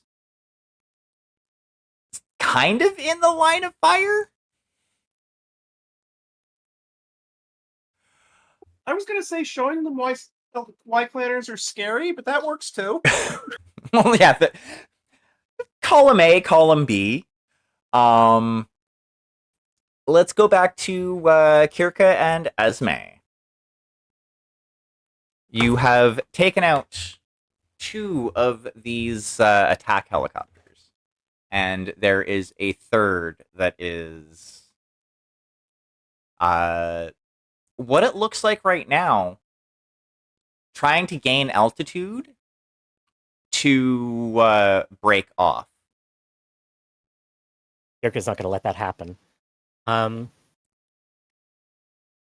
She's going to fire off another ATM pack, and if that, and just to extra make sure, she's going to fire off her PPCs as well. Ooh, getting a little toasty. She's got the heat dissipation for it. Alrighty, what will you be firing first? First is going to be the ATMs. Taking into account the speed and the fact that it's flying. Shaboop. Boop. Yep, you hit. Alright, so this is still medium range? Short. Oh, short. Okay, cool. Yes. Yeah, they closed in to get a better shot with their SRMs. Oh, I see. Okay. Mistakes were made. Mistakes were definitely made. Yeah. Well, it's still okay. And so it's going to be the same damage calculation as before, because the high explosives are point blank only. Lucky for it. Yeah, they weren't Actually, dumb no. enough to close to point blank range. That would have been silliness. Especially since they've never seen ATMs before. So that's 1 extra damage, and that's it. So 2 damage is going to the 11. Okay. So you blow the rotor off of this thing. I will let you decide how that looks, but yeah, the rotor's gone. All right. That's the third. Where does the third one hit? Just out of curiosity, the front. Okay. So this time, as soon as Kirka gets the right growl, she fires off the other ATMs. So now 6 missiles streak up from the left, whereas previously they streaked up from the right. Again, a couple of them go a little dumb and they don't quite hit their mark, but that's fine because 2 of them managed to slam into the VTOL directly at the base of the rotor, causing the blades to just fly off in 2 different directions. One set of rotors flies off in one direction, the other set of rotors flies off in another direction. The engine is completely disabled, and then as the missile arcs up, it hits the front of another missile arcs up, hits the front of the VTOL, somewhere near the cockpit. The pilot's knocked out. The VTOL begins to sink, but Kirka, not paying attention to the damage that those missiles just caused, fires off her PPCs. Let's just say it hits. Oh yeah, those are gonna hit. And then an extra, and then just to really seal the deal, 2 streaks of blazing azure hate just streak up from her Timberwolf, slamming directly into the fuselage of the warrior, setting off the fusion reactor and causing it to explode in midair. You know these things only have 8 pips total, right? Yep. Well, now it has. Well, it had 8 pips, and now it has -5. Yeah. 11 pips total, including the rotor. I think structure is shared on VTOLs. Oh, no, No, it's not. it is not. Damn. That's only Oh, no? aerospace. Ah. Well, Stop still. it. Okay, Facet did them a kindness there. Okay, well, still. -2. Yeah, it's still definitely gone. Mhm.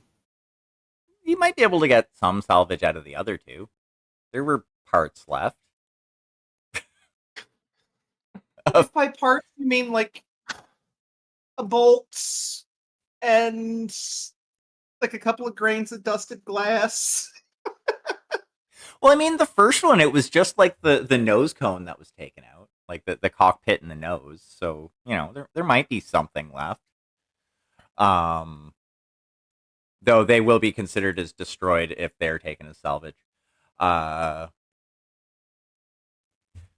Alrighty. So there doesn't seem to be any other VTOLs or other vehicles in the immediate vicinity anyway.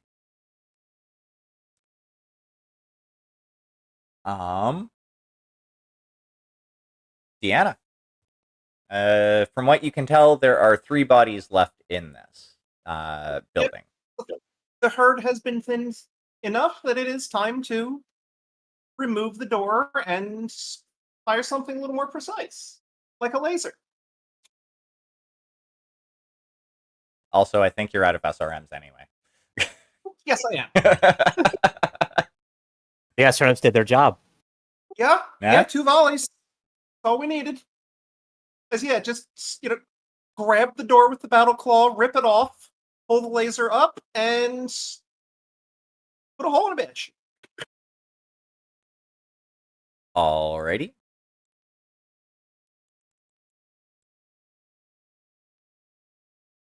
You miss.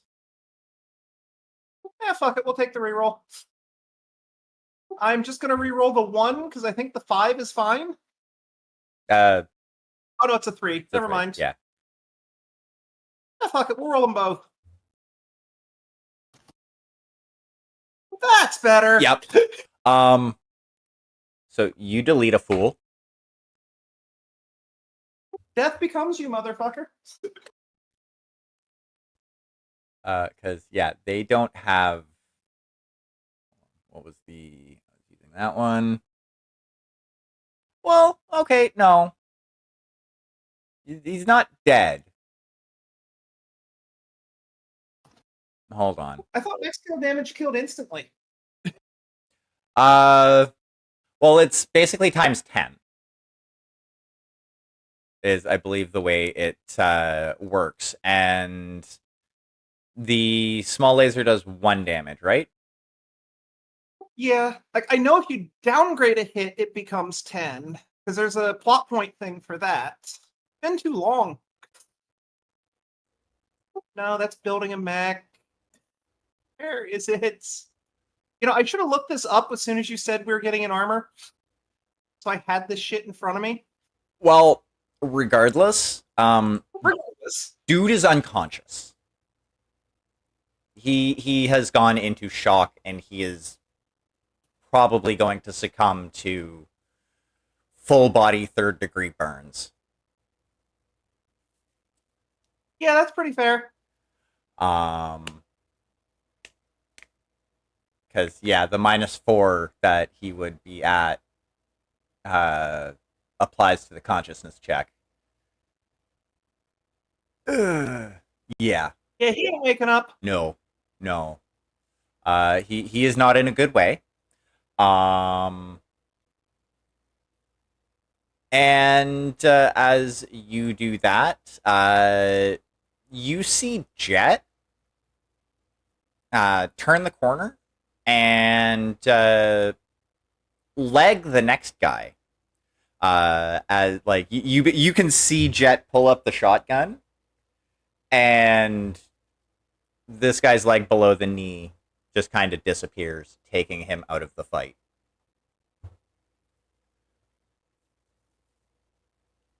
The last guy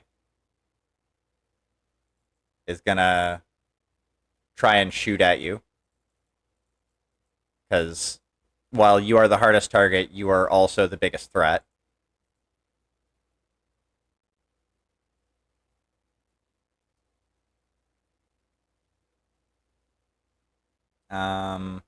He's gonna re-roll with an edge.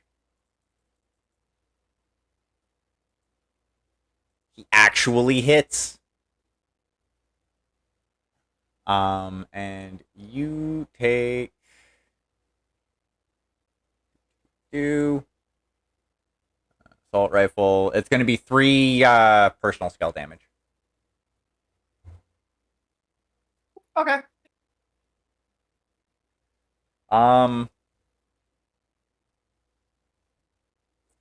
Kirka or Esme, are either of you doing anything?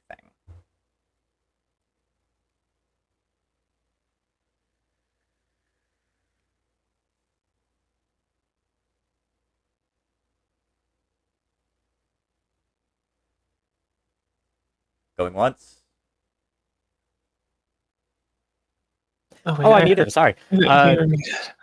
Uh, Yeah. Kirka's just doing a sensor sweep to make sure that the area is clear of any larger threats. At the very extreme range of your sensors, as you are kind of doing a focused sweep of your sensors and kind of putting your attention towards them, you momentarily see a blip that registers on your sensors as unknown.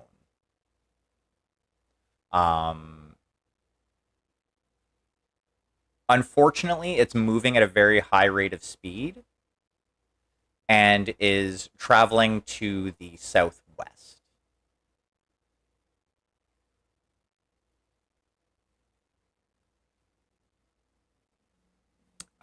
Esme, you doing anything, or are you just kind of chilling out? yeah, I think I'm just kind of, you know. Alrighty. Deanna.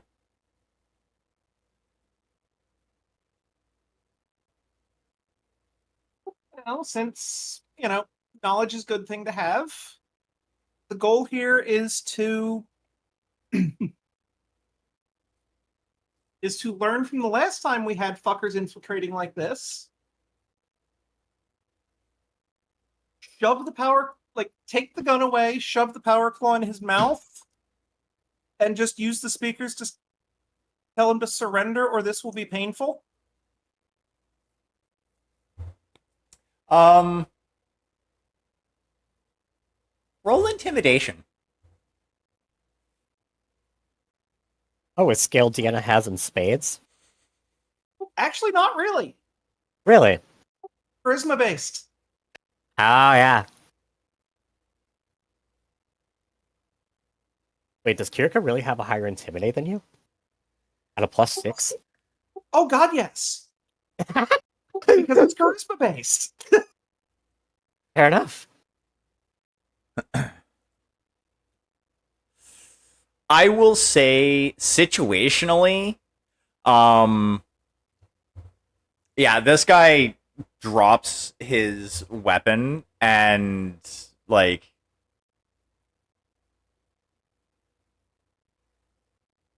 and puts his hands up.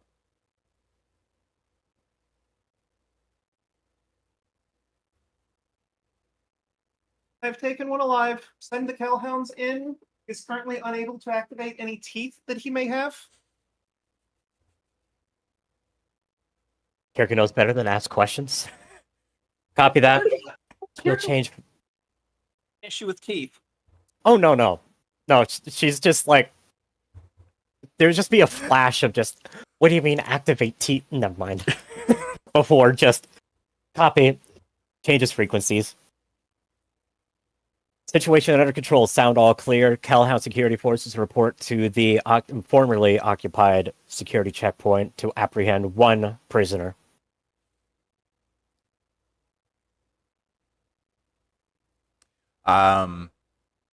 So, Deanna, you notice as you're kind of like surveying the room. That they're going to need a mop? Well, that too. Um, there are only the remains slash bodies of 8 people in here. Our initial report said 6, so Well, up to 10.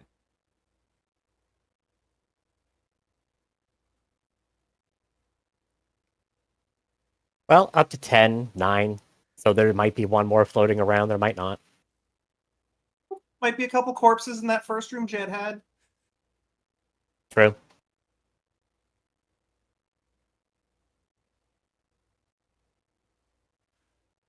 So yeah, so after a few moments, the Kellhounds security team comes in and takes the 2 that are remaining alive, the one that's missing a leg, and the other one that had a mouthful of battle claw, to a different part of the facility.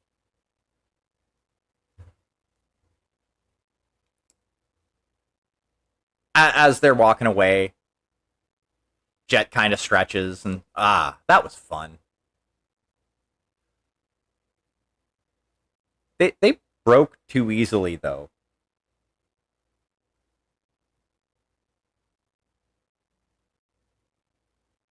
I wonder if this is going to be an issue.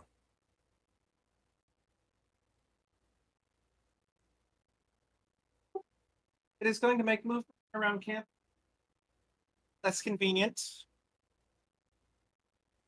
Yeah.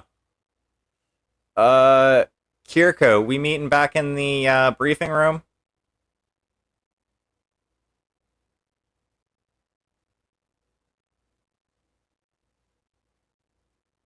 She's quiet for a little bit as she kind of contemplates.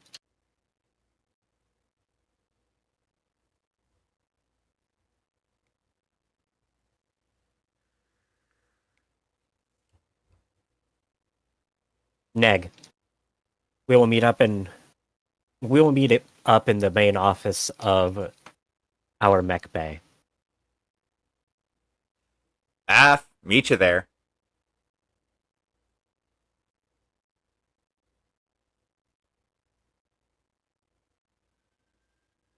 Really quickly, she's going to radio up to Barsuk and see if they happen to have any eyes on the artillery battery that they're supposed to be targeting.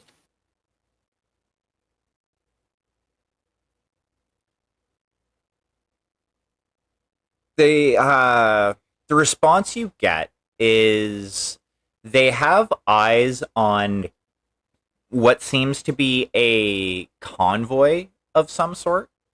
However, there is there seems to be some sort of sensor interference that's preventing them from getting a solid lock on the composition of said convoy. They do mention though that if they are allowed to retask the aerospace assets, that they might be able to get more information if they can get actual eyes on.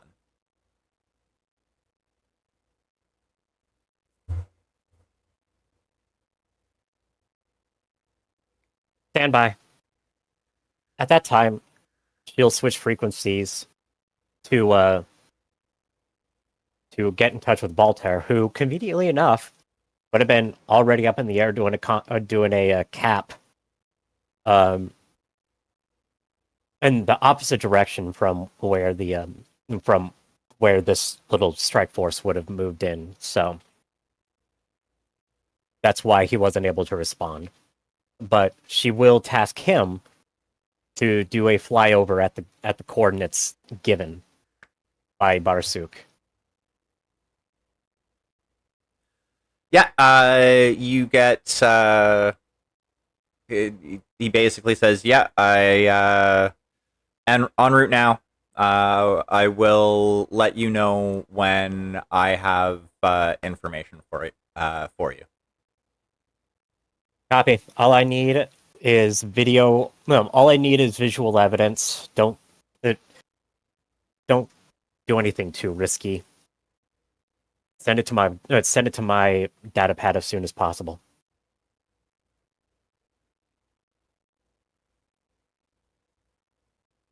I'll get you what I can. Thank you much.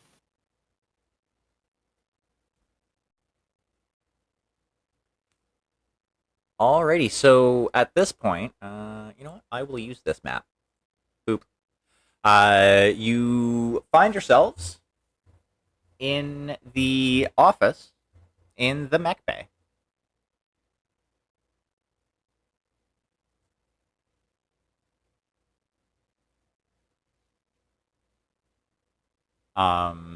Jet is at a table off to one side with his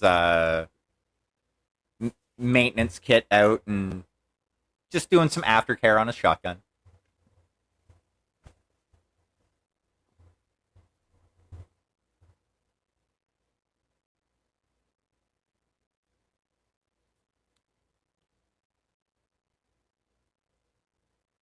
Kirka would probably be the last to make her way back in there, just because she would be coordinating custody of the prisoners, as well as coordinating to get any intelligence received from any interrogations that they might have, as well as hopefully getting intelligence from Voltaire's flyover.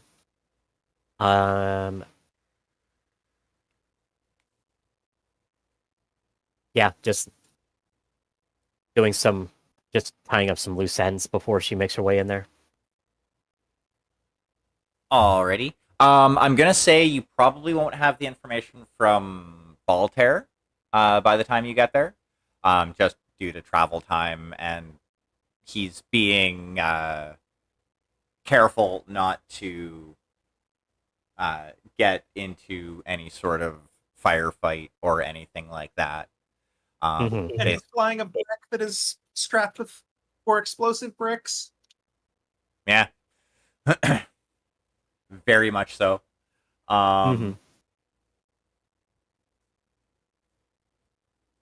As Kirka comes in, Jet's just going to kind of look up. Things are getting more complicated, aren't they? They always do.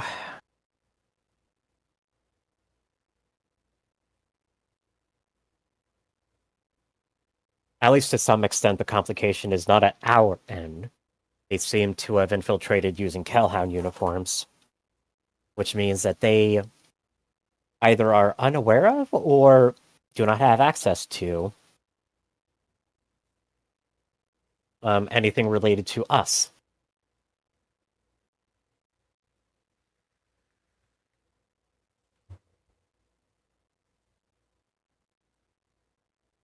That makes sense. Theirs are going to be far more prolific than ours.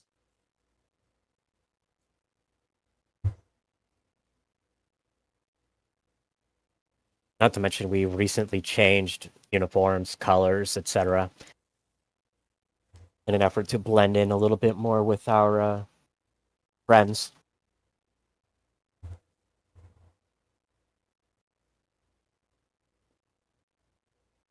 So even if they were to get access to those things, they would be outdated, and we'd be able to deduce that pretty quickly.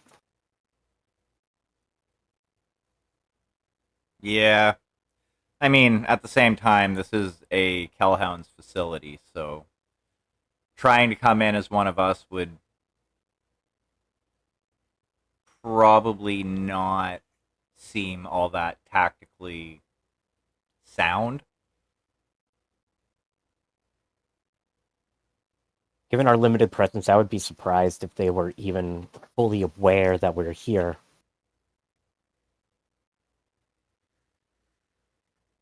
They seem to have difficulty responding to us.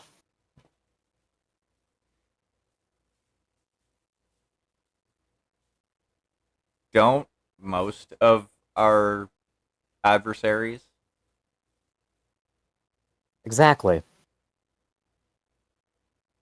That I would say is one of our greatest advantages.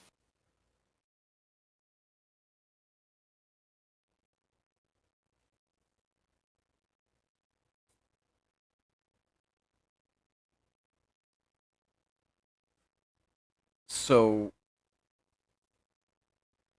what's the plan then? Are we going to be keeping our cards closer to our chest?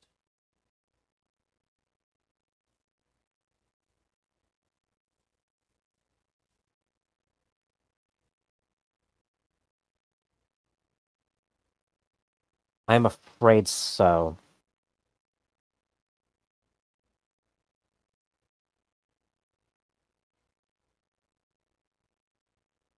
I will be communicating strictly with the command echelons of the Calhounds in order to coordinate plans. I'll put out a announcement moving forward that we are to reduce uh, unapproved sharing of intelligence with both the Calhounds and the Wolves, given this situation. And I will be the one to facilitate that intelligence transfer directly. It's going to make my life a little bit more annoying, but it should reduce the amount of intel that gets into the wrong hands.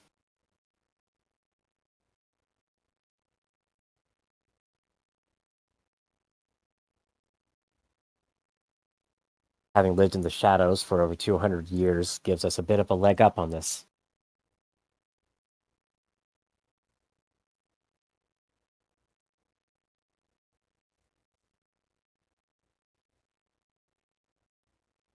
Yeah. I mean, it is nothing new. Not in the slightest. That being said, I can hardly blame the Calhounds for this breach in security. Like you said, there's a lot of them here. And that was a pretty small task force. That being said, given how this particular division of the Blakist militia tends to operate from what little I've seen in our dossier of them, I would not be surprised if there's a couple more similar spells running around.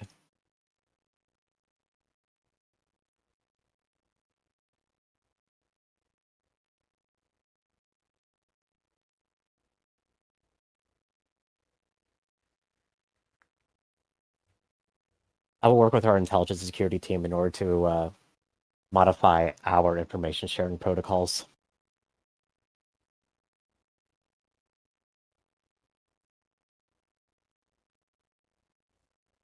In the meantime,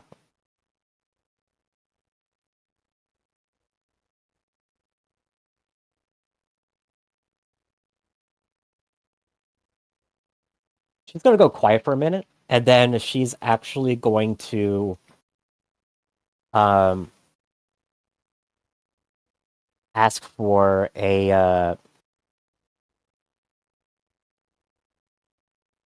I don't know what it would be called in this universe. Essentially a tricorder. She's going to do a sweep of the office to see if there's any bugs. Is what she's intending to do.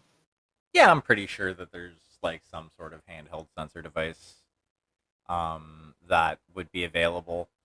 Mhm.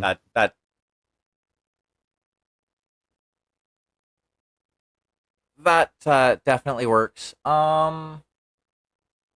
If I could get you to then give me a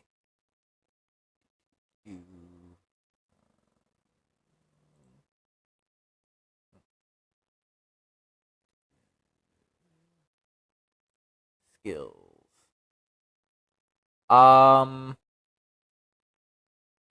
If you have it, computers. Otherwise, straight intelligence roll. It'll have to be straight intelligence. Shockingly, she does not have a computer skill. She has investigation. You know what? Hold up. I rolled boxcars. Okay, yeah. I was about to say, the investigation could have worked. I would have allowed that, but yeah, you rolled high enough. You do not find any sort of like bugs or anything like that in this office. Okay. Good. We're clear.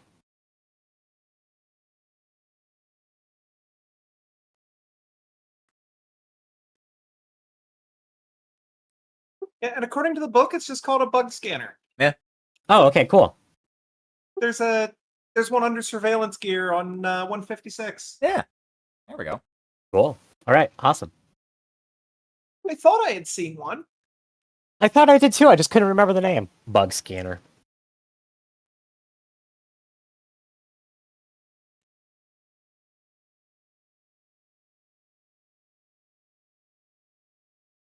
Anyway, so yeah. Since she knows it's clear, what she's going to do instead of having the hologram is she's going to grab a piece of paper and quickly sketch out the peninsula, which time for a real life check. Okay, that works too. La la la la la la la la la la la. Okay.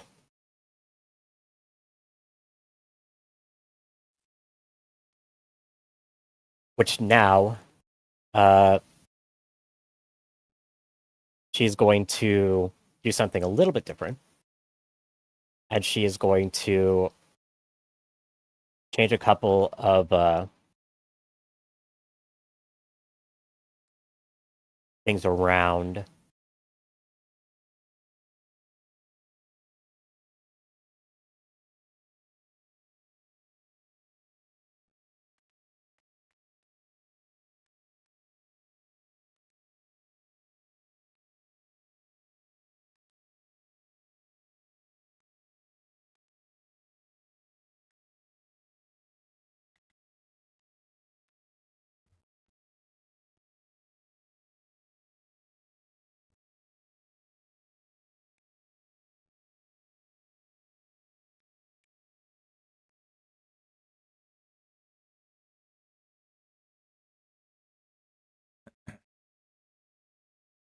And just sketch out some basic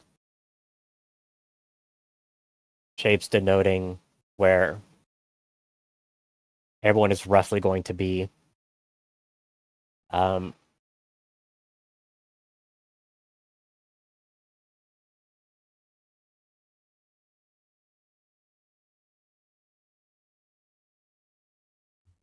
Given the discussion that we were having before we were so rudely interrupted, I have decided that we are going to slightly revise our battle plans.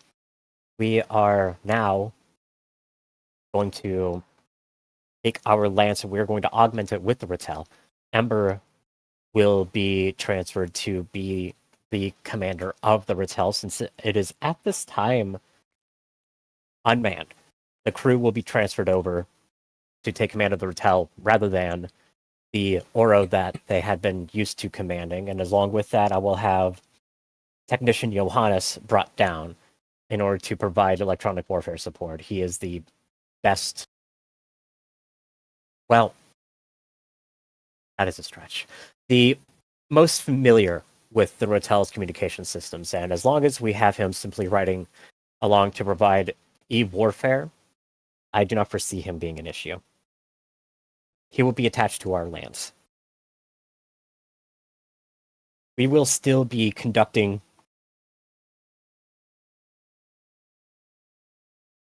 operations more or less as normal. Any Omnimex will still be distributed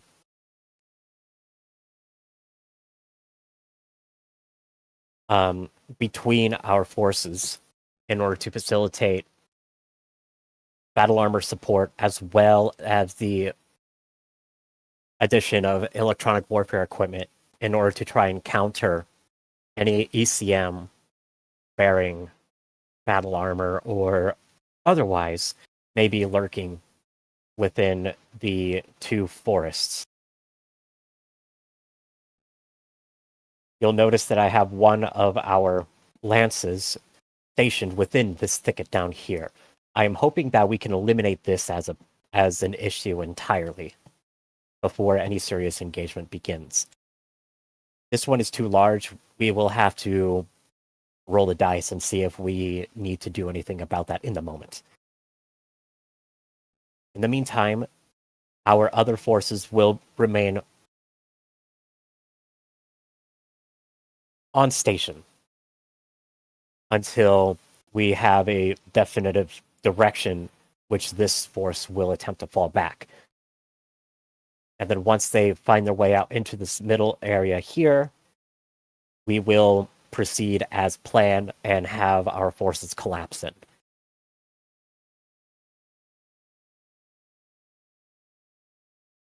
With the addition of electronics warfare packages, we should be able to swing the scales back into our favor.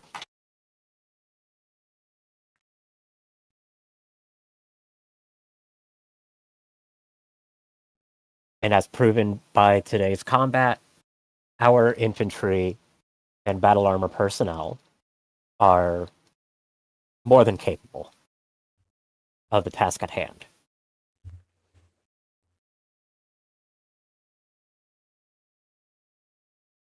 Does this plan sound amenable?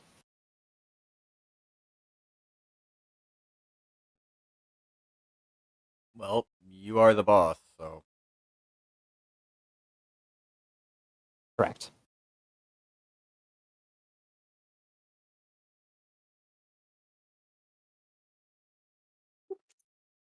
Have all avenues of retreat covered and all but one possible ambush point covered.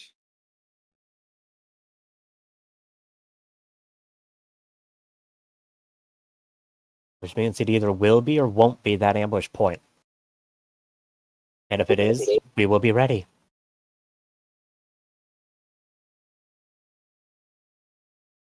We will.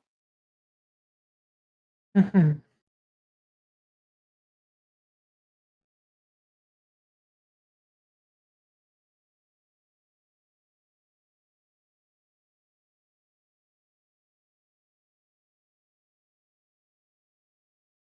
Would we happen to have that flyover at some point during this conversation?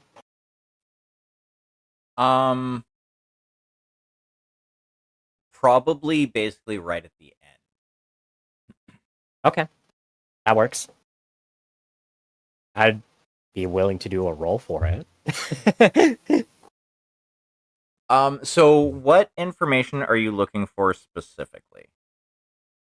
Specifically, force composition of that convoy. Like numbers, assets, things of that nature. Composition. Okay.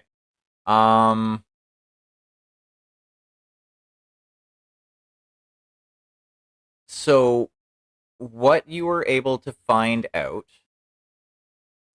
is there are two.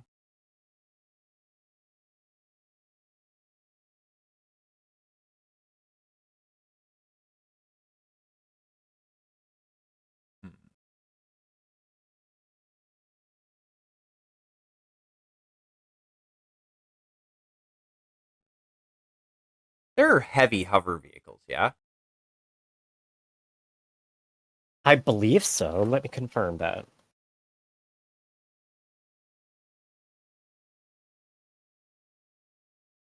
Battletech vehicles are one of those things that I never really looked too much into.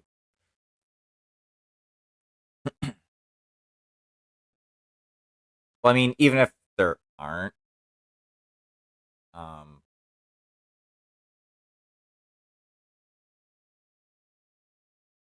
like canon wise, uh, there are 3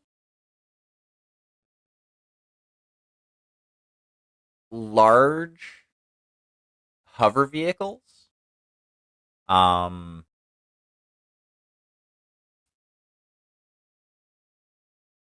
two of which seem to have exceptionally large guns. You can assume that they are probably artillery platforms.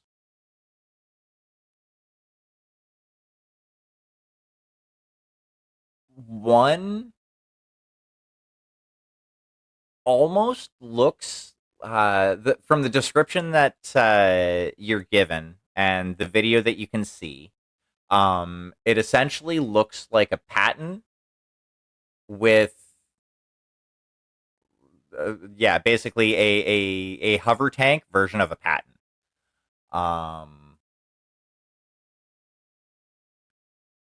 They are accompanied by what looks to be 3 Condor heavy hover tanks.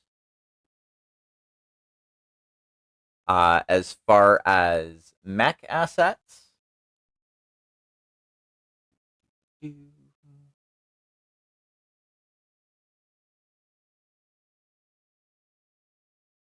converted units.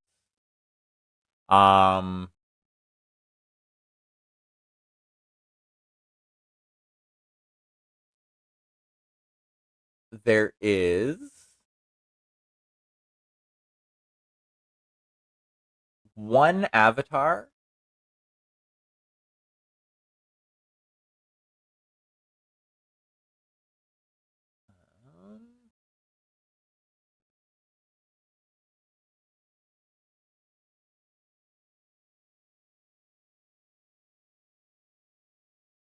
Mm-hmm. Sorry, I was just giggling at the Cauldron Born. Because Oh yeah, it's designated as a clam omnimech. sorry. It's fine. I just thought it was amusing. Yeah, I look. It was there were 40 of them. No, I get it. 100% get it. It's all good. Um, uh, so an avatar. Where the hell was I? There's at least 2 panthers of unknown variant.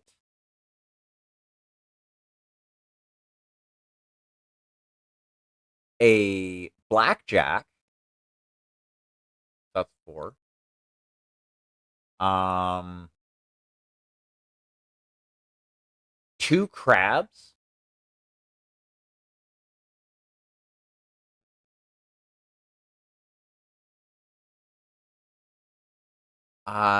There also seems to be a couple of bushwhackers, a champion,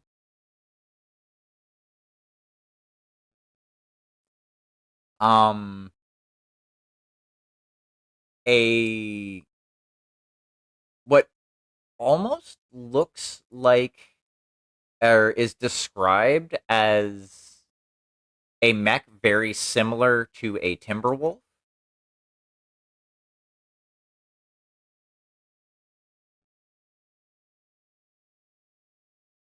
An Orion, and 2 stalkers.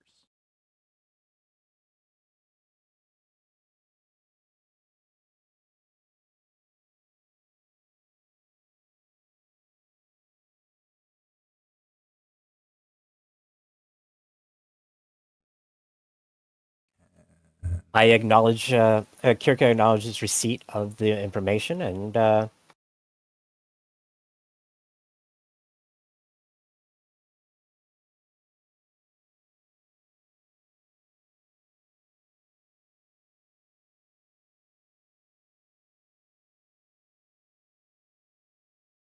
Alright, so let me actually sticky notes.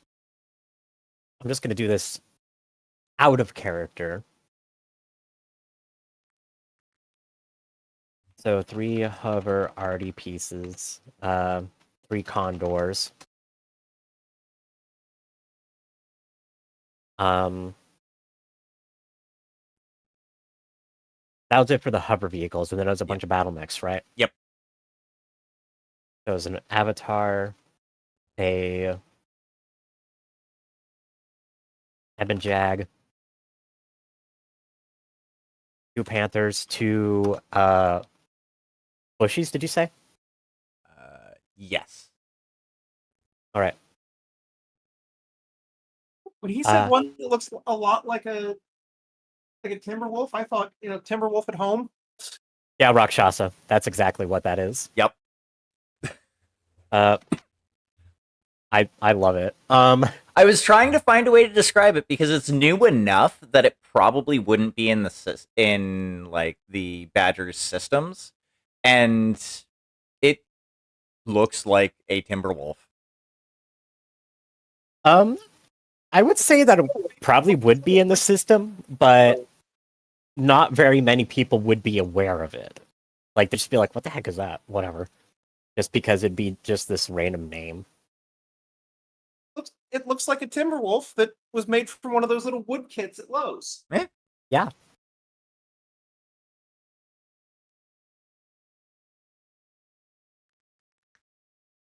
Rakshasa, Ryan, Blackjack. Yep. And 2 stalkers.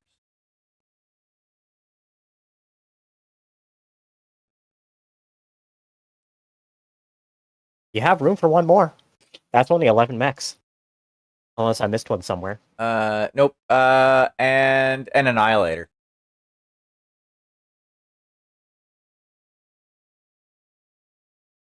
Okay. Mainly because that's the one that's like right in front of me. Fair enough. Are you okay, Annie?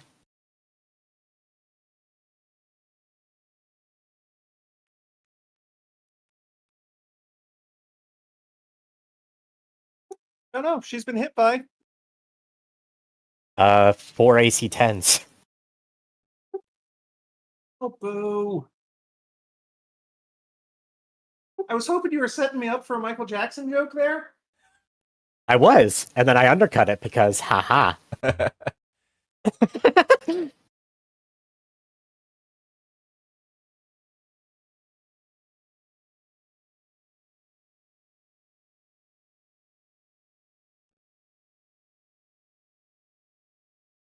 Set, and then instead of spike, grab my hair and drive my chin into the net. Yeah, pretty much. Teehee. I live to defy expectations.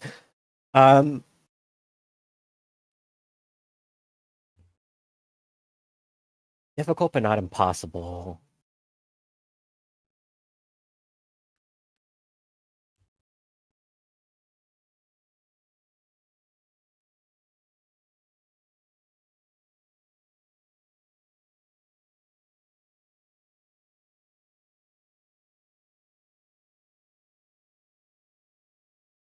Oh, hi, Cheer. I see you're alive. Yeah.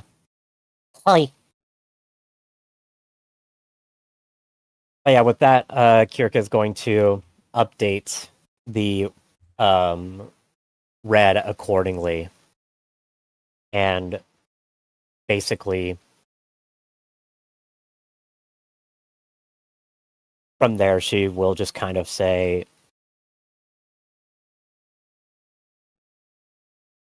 details will follow at the briefing this evening at 2000.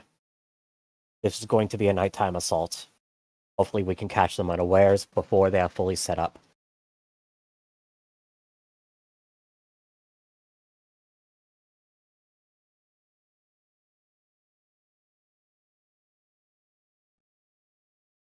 If we play our cards right, those heavier battle mechs will not even be a factor.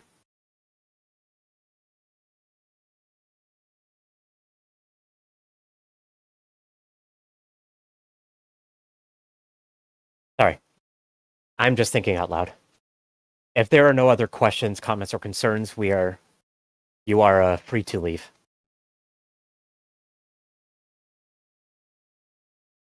Remember, 2000, 8 p.m.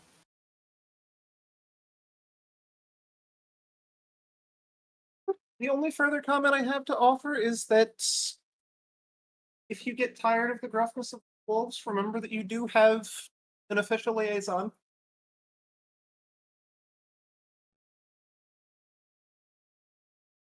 Do not be afraid to send me to speak with them. Worry not, they have been shockingly well behaved.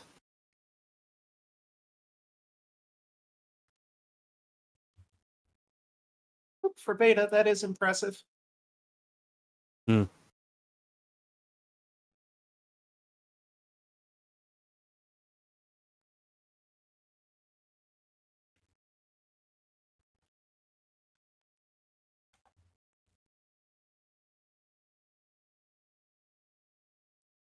Oh, very well. I'm gonna go get something to eat.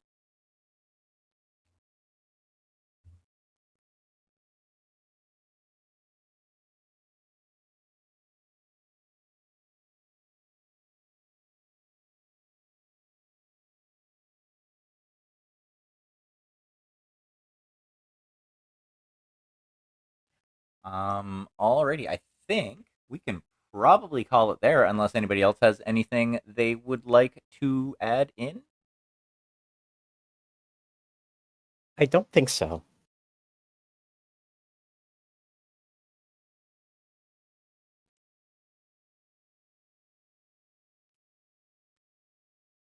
Awesome. I will say 3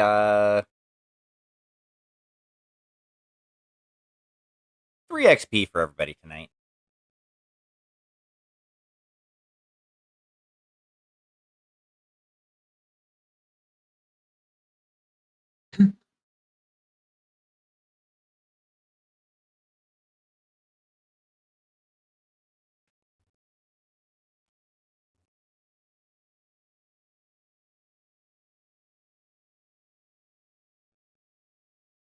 All right, session 39, June 27th. 56.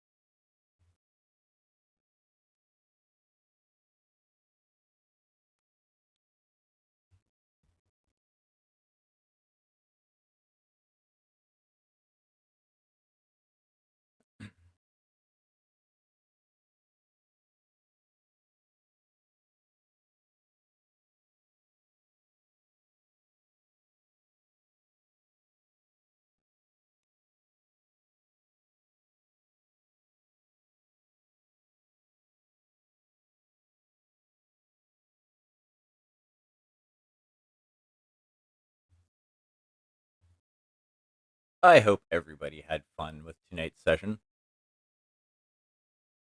Yeah, this was a good time. Mhm.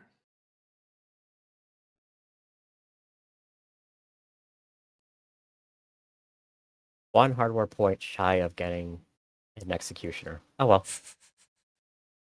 Well,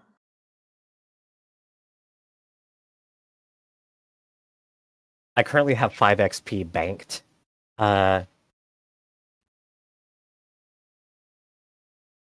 And that means if I wanted, I could get an Assault Clan Battle Mech, a Heavy Clan Omnimech, or a Medium Clan Omnifighter.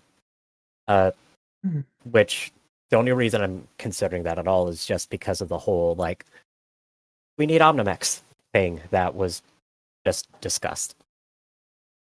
And, like, no other reason. And how many times has this blown up in your face in the past? Too many. Look, It's not my fault that the poor girl is just cursed to just be that fucking good in a Timberwolf and like literally nothing else.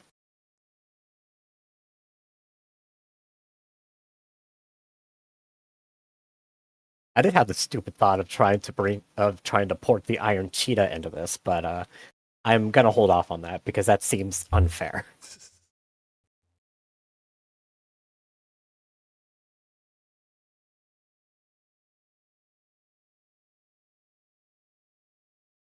$100-ton Omnimac with with a better movement profile with the same amount of armor and firepower as a direwolf. Blech.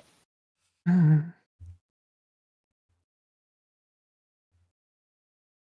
Yeah, that is kind of gross. It's inherently gross.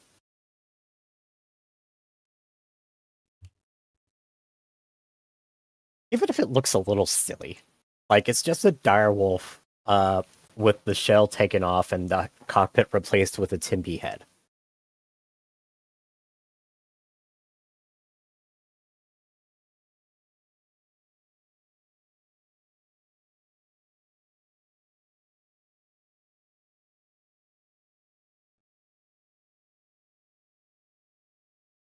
It honestly kind of looks like an overgrown woodsman. A little bit. Which is weird given it's ostensibly from the ground up a smokejag mech.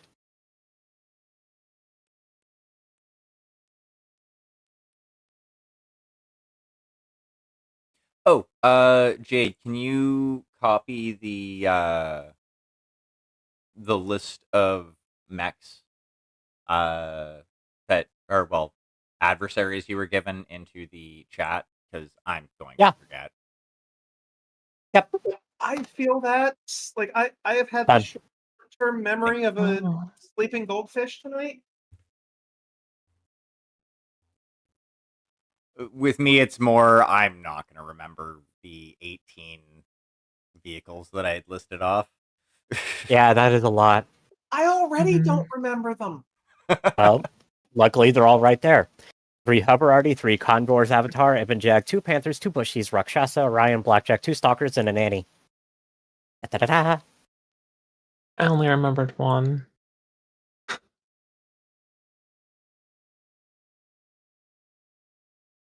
don't know what it means that I somehow have the best memory of everyone here. It means I haven't been fucking sleeping worth anything lately, Okay, fair. and also that your memory is probably better than you think. I like to say I have a photographic memory. The camera's just out of focus every now and again. Fair.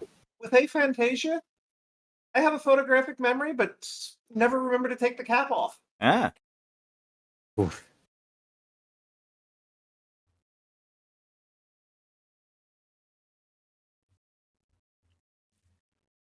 Alrighty. So the plan is next Saturday, 9 p.m. Eastern, and whatever that is for everybody else's time zones.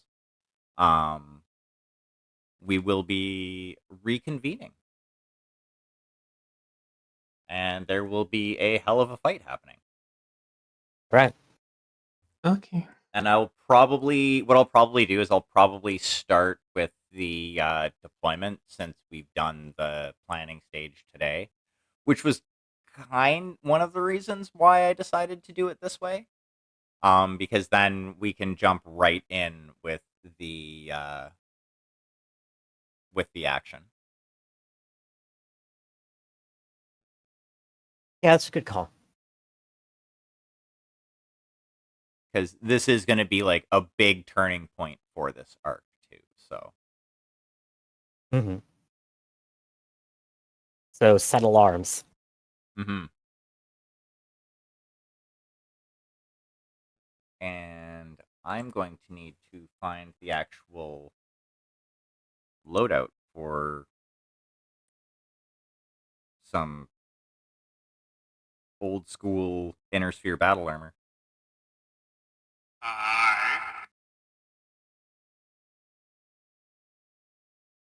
I was also looking at the tornado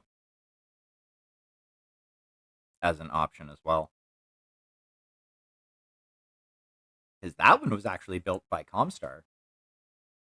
Oh yeah, this thing. Mm. That's right. Based off of the Nighthawk. Yeah. Hmm.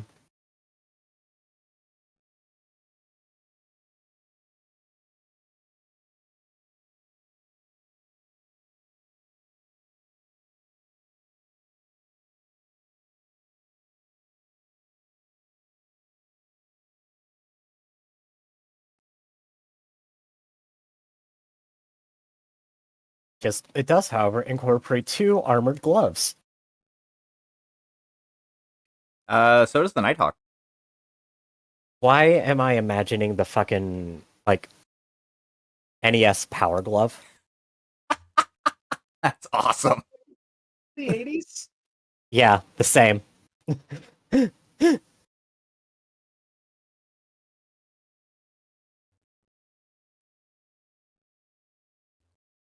But yeah, I don't know. I figured the Nighthawk would be like the better choice considering it's SLDF gear, so there could be information still found out about it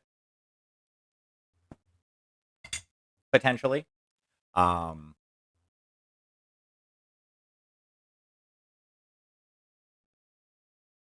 if only you would have had a better roll. Oh well. Honestly, you could still theoretically drop the tornado on us. Yeah.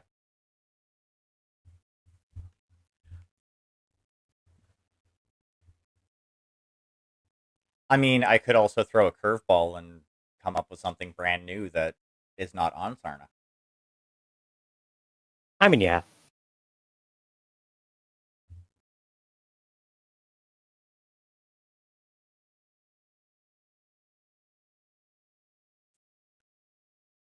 Well, alrighty. I am going to nuke the YouTube stream.